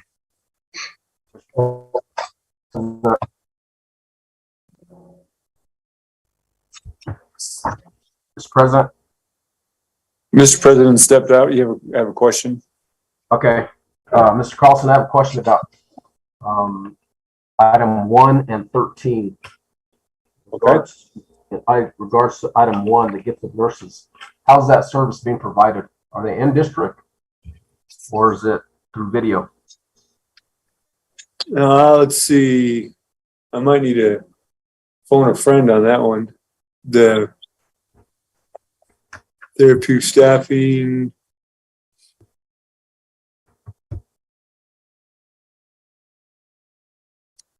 Let me go down to the purchase order. Mr. Yazdi, do you know the answer to that question? I would see if Miss Sutherland can help with answering that service, since I believe the purchase order was requested from the department there. Mm-hmm.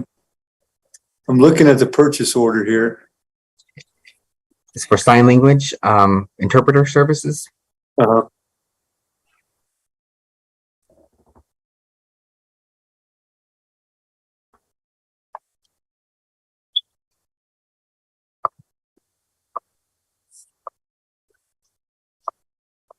Mr. Montoya, I do not know the answer to that. I can get back to you on that one. You would please. The same would apply for item 13. All right. Same question. Same question. And again, my concern is, I know I've said this before about trying to qualify those services in respects to the return on investment for our students and the quality of services that are being provided to them by these service providers. The other question I had is just, if I'm not mistaken, I think last month we were told, the board was told that all the positions were full, and now we have POs for 2 open positions. That's the question. Okay. Yeah, as far as those two, I believe those were posted positions. And if the fact that they're both, I don't know if you remember the last board meeting, I'm gonna guess that those amounts were similar to what we were talking about for positions that were filled virtually. So I'm gonna guess that those more than likely were that. And I'm not gonna give you that as the final answer though, until I talk to Ms. Sutherland.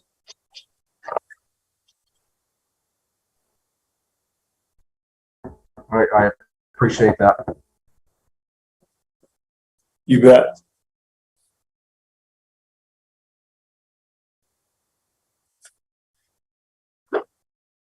Any other questions? Let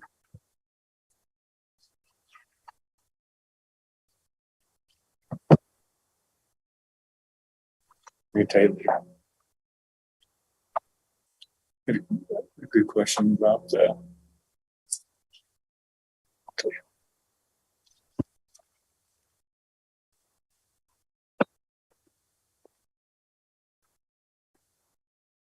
Yes, moving on to item I, disbursement listing for activity account.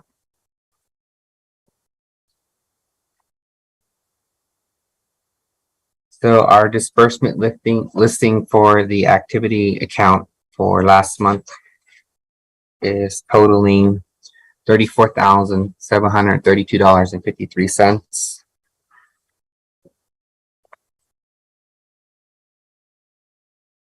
Our disbursement listing for our operational funds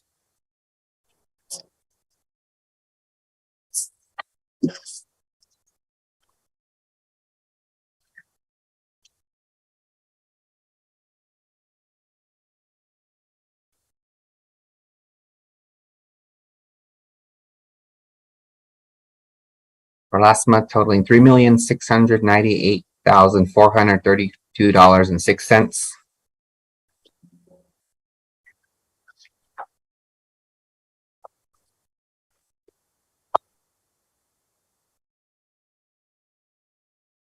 And we have our outstanding check listing. This is for the activities accounts totaling $15,358.86.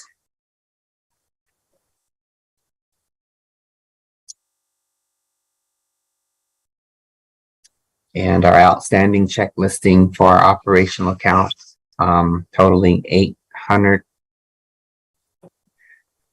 $831,726.24.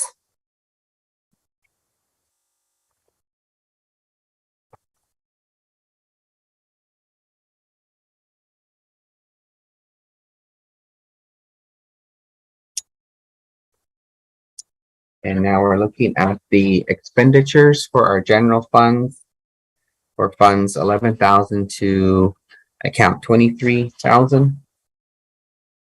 Last month, the expenditures totaled $4,065,221.50.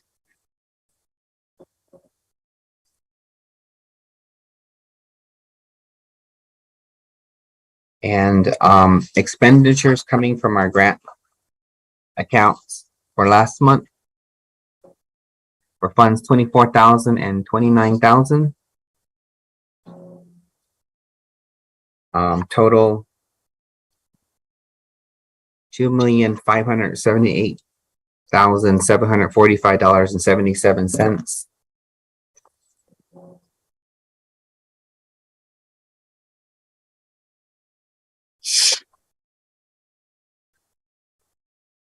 Now looking at the expenditures for capital outlay and debt services. Last month, they total $6,353,246.11.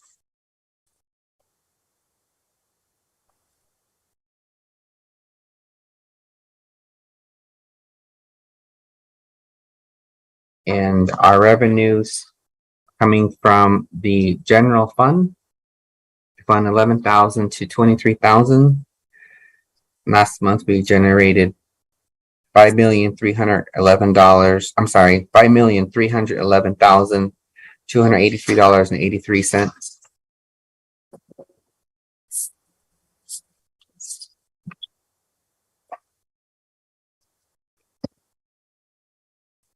And revenues coming from our grants funds, 24,000 to 29,000. We're totaling $5,350,396.89.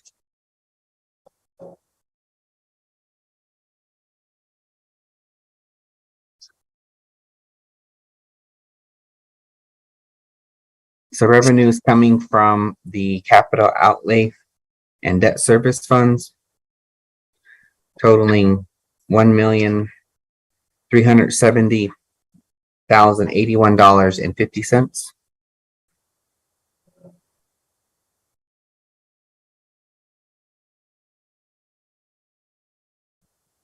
Now we're moving on to our Johnson O'Malley listing. Out of the Johnson O'Malley Fund, it was $15,398.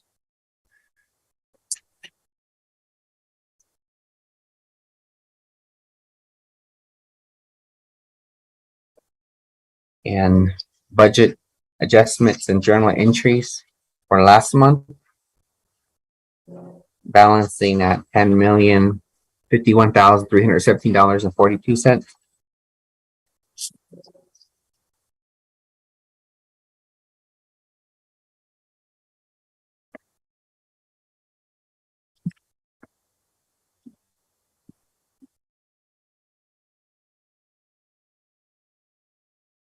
And this is a listing of also the expenses coming out of our operational account. This is just a more detailed listing of what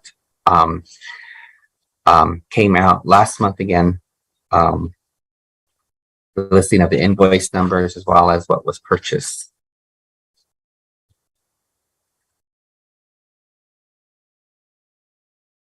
And the last page is a summary of all the funds that came out of. This is a summary of all the expenses and all the funds that the district paid out of for last month.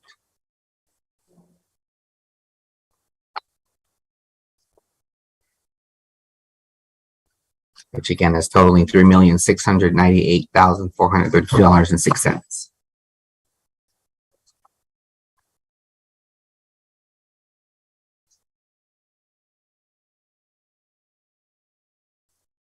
Any questions on item I?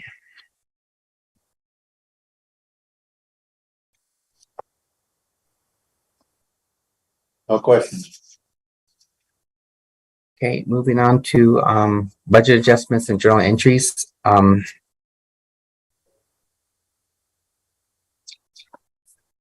a maintenance bar for our operational account. It is to make some adjustments in the salary and benefits line for between two functions. And so just make those adjustments here between function 24,000, 25,000, 26,000.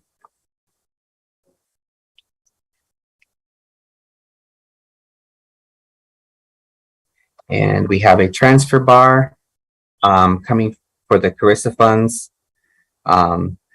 This transfer bar was requested to move funds to continue purchasing and implementing the drinking fountains, and also to incorporate the indirect costs as well too.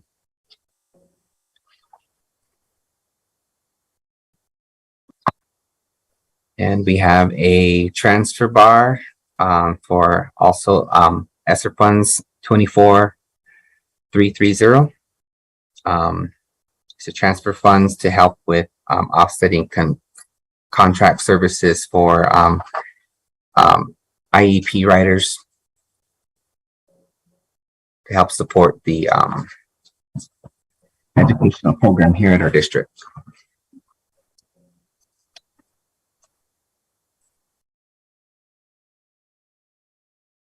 And we have initial budget award for Native American language certificate salaries for Fund 27,411. It's increased salaries for teachers who hold a Native American and Culture certificate. So it was an increase of $201,972.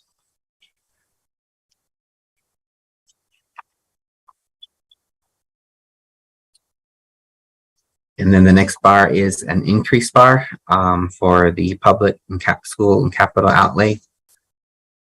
Increase the actual fund $1,463. I'm sorry, $1,463,153. It is a bar requesting budget authority for the ending fund balance that was provided by the fourth quarter cash report from Department of Education. It is to increase funding to support teacherage and HVAC projects. Any questions?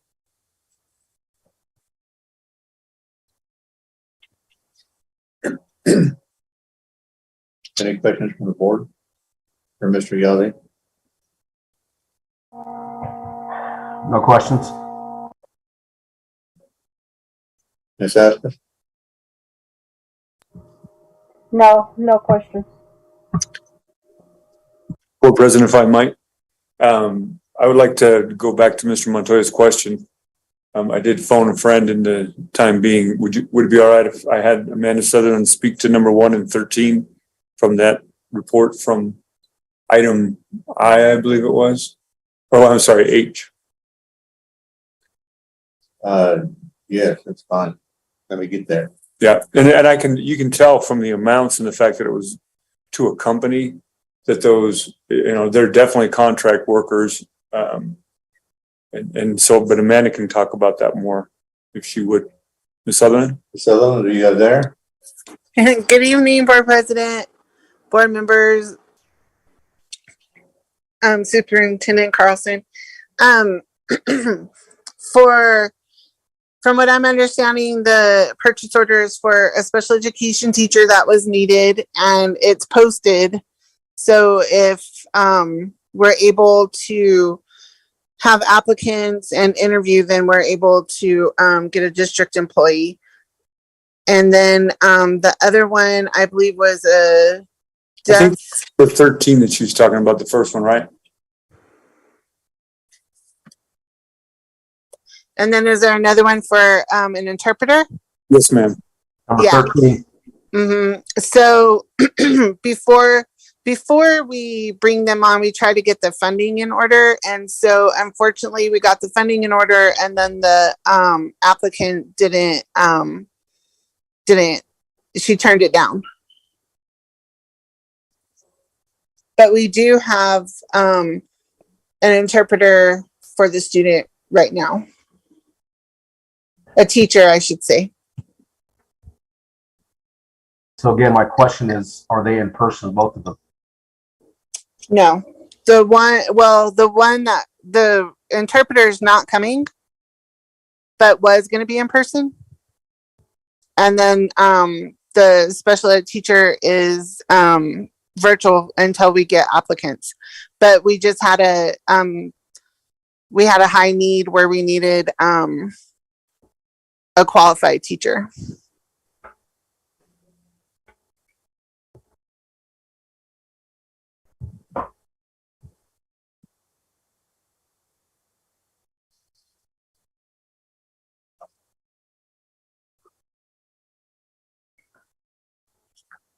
All right, Superintendent, that just incites more questions, but I'll. Okay, yeah, and I'll just add to that we've had discussions about that with student services, and they are well aware that in those situations where we kind of have a last minute, we have to have somebody in place, that we will continue that job search for that right person. We'll do our best. And our hope is that, this is the purchase orders for whatever it was, $75,000, of course, but that's just a placeholder. And, the hope would be that we only need that person for a couple of weeks or a month while we're searching. But again, with special ed teachers, they're just few and far between, so there's no guarantees. And I understand the encumbrance, I get that, but that just tells me there's still a void. So thank you. You're welcome. Thank you, Ms. Sutherland.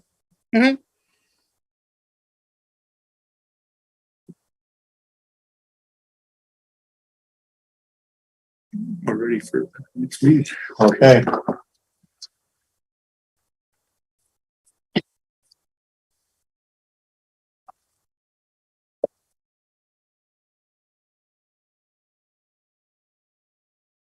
Let's see, we're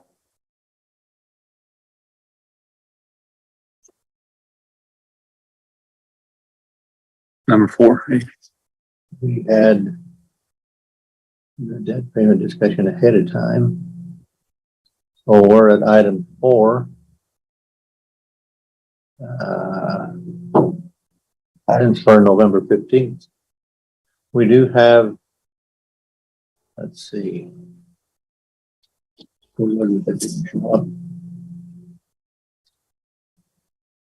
B.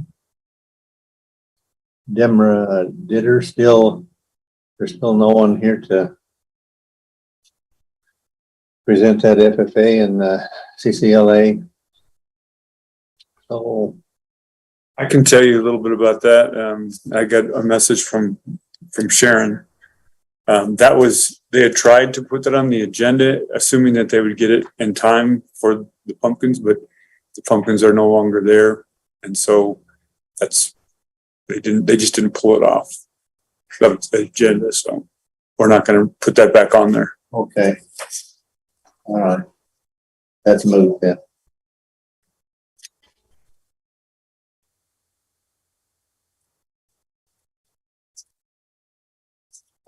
So item 4, board members, items for the November 15 regular school board meeting.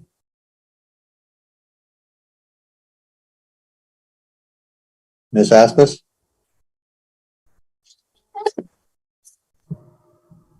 Just what we talked about this evening about the,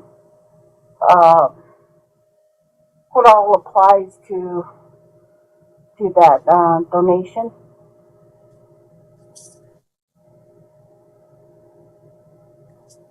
And that's just mainly for our audience to make sure that they understand that when our coaches do solicit for donations, doesn't mean that we don't have money. And but you know, I just want that we are within our, well, they are able to do that as well in the coaches, and that there is a budget, and probably show that budget or how all that works.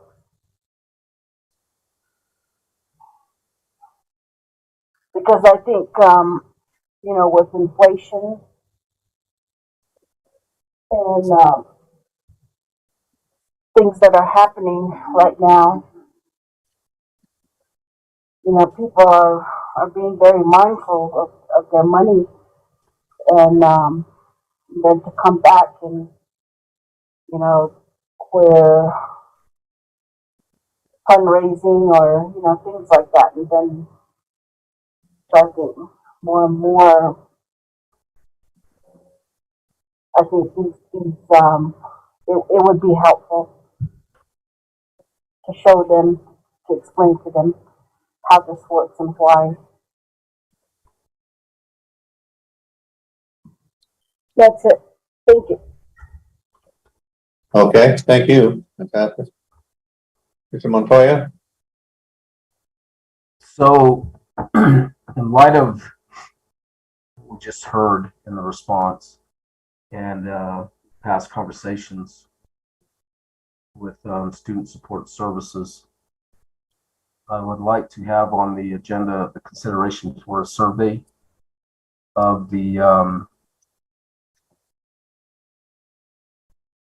service providers within the district, those educators, EAs, on survey them on their satisfaction with the student support services and support that they get from that department.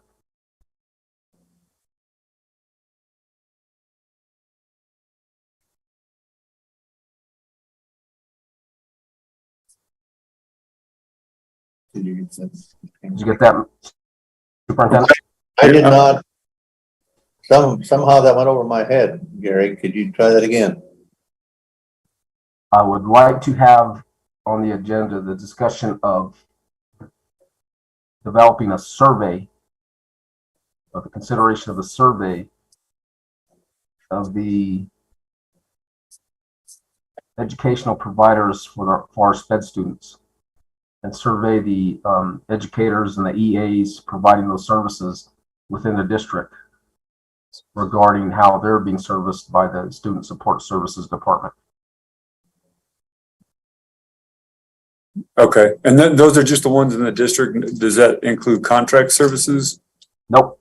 Well, all of them of what they're getting to include, how, again, as I just stated in respects to how these are done over video, the satisfaction, the quality, those types of things. I want to hear from the teachers and the EAs and the support services within the classrooms throughout the district on what they feel or how they feel they're being served and supported. Okay, so do you want to develop that in the meeting, in the board meeting with board members? No, I'm sure we can find something that would be applicable. And I will start looking, but I just want certainly to start that conversation because I don't think we'll have anything by then. Sure. That might be a consideration for questions. Okay, I'm just saying because the Tuesday nights, agenda needs to be solidified pretty quickly. I mean, it needs to be posted tomorrow by 5-ish or 5:30. So, but if you want to just have a conversation about how that survey might look for the next month, that'd be fine. Okay. And also possibly a conversation on a consideration for a board retreat. And that's to discuss the school district's surplus in their finances and how they can best be used.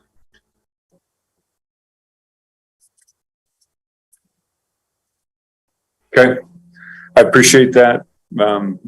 I would speak to that and let you know that we've had quite a few talks about that, and we'd like to get some dates solidified. We'd like to talk about that, and we also are looking to begin the strategic planning process, and that would be the key kind of first step as a board retreat to help develop that and to point us in the right direction. Absolutely. And I know this is a little off topic, but I just want to give thanks to the ICO and their director and all the individuals that gave comments and information in respects to what was presented this evening. So thank you.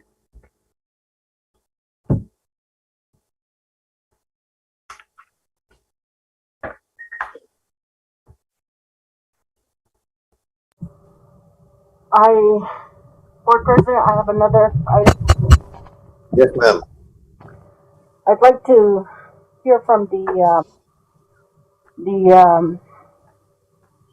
IC and what's going on there.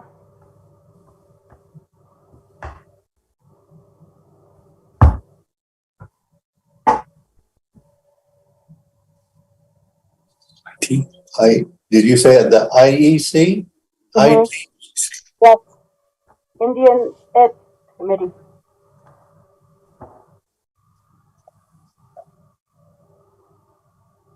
Okay, you're breaking up a little bit there, and I didn't catch that. Sorry. We got a report from IC. Anything else? That's it. All right, then I will entertain the motion to adjourn. Make a motion to adjourn the meeting. I second. We have a motion and a second to adjourn the meeting. Ms. Aspas? Yes. Mr. Montoya? Yes. Mr. Wells, yes. This meeting is adjourned. Thank you. Thank you all. Board President, I think Cheryl.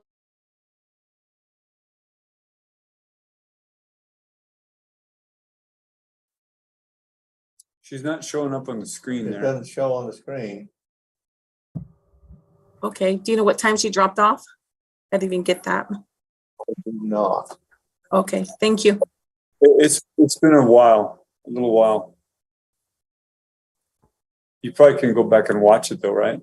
Yes, I can. Thank you.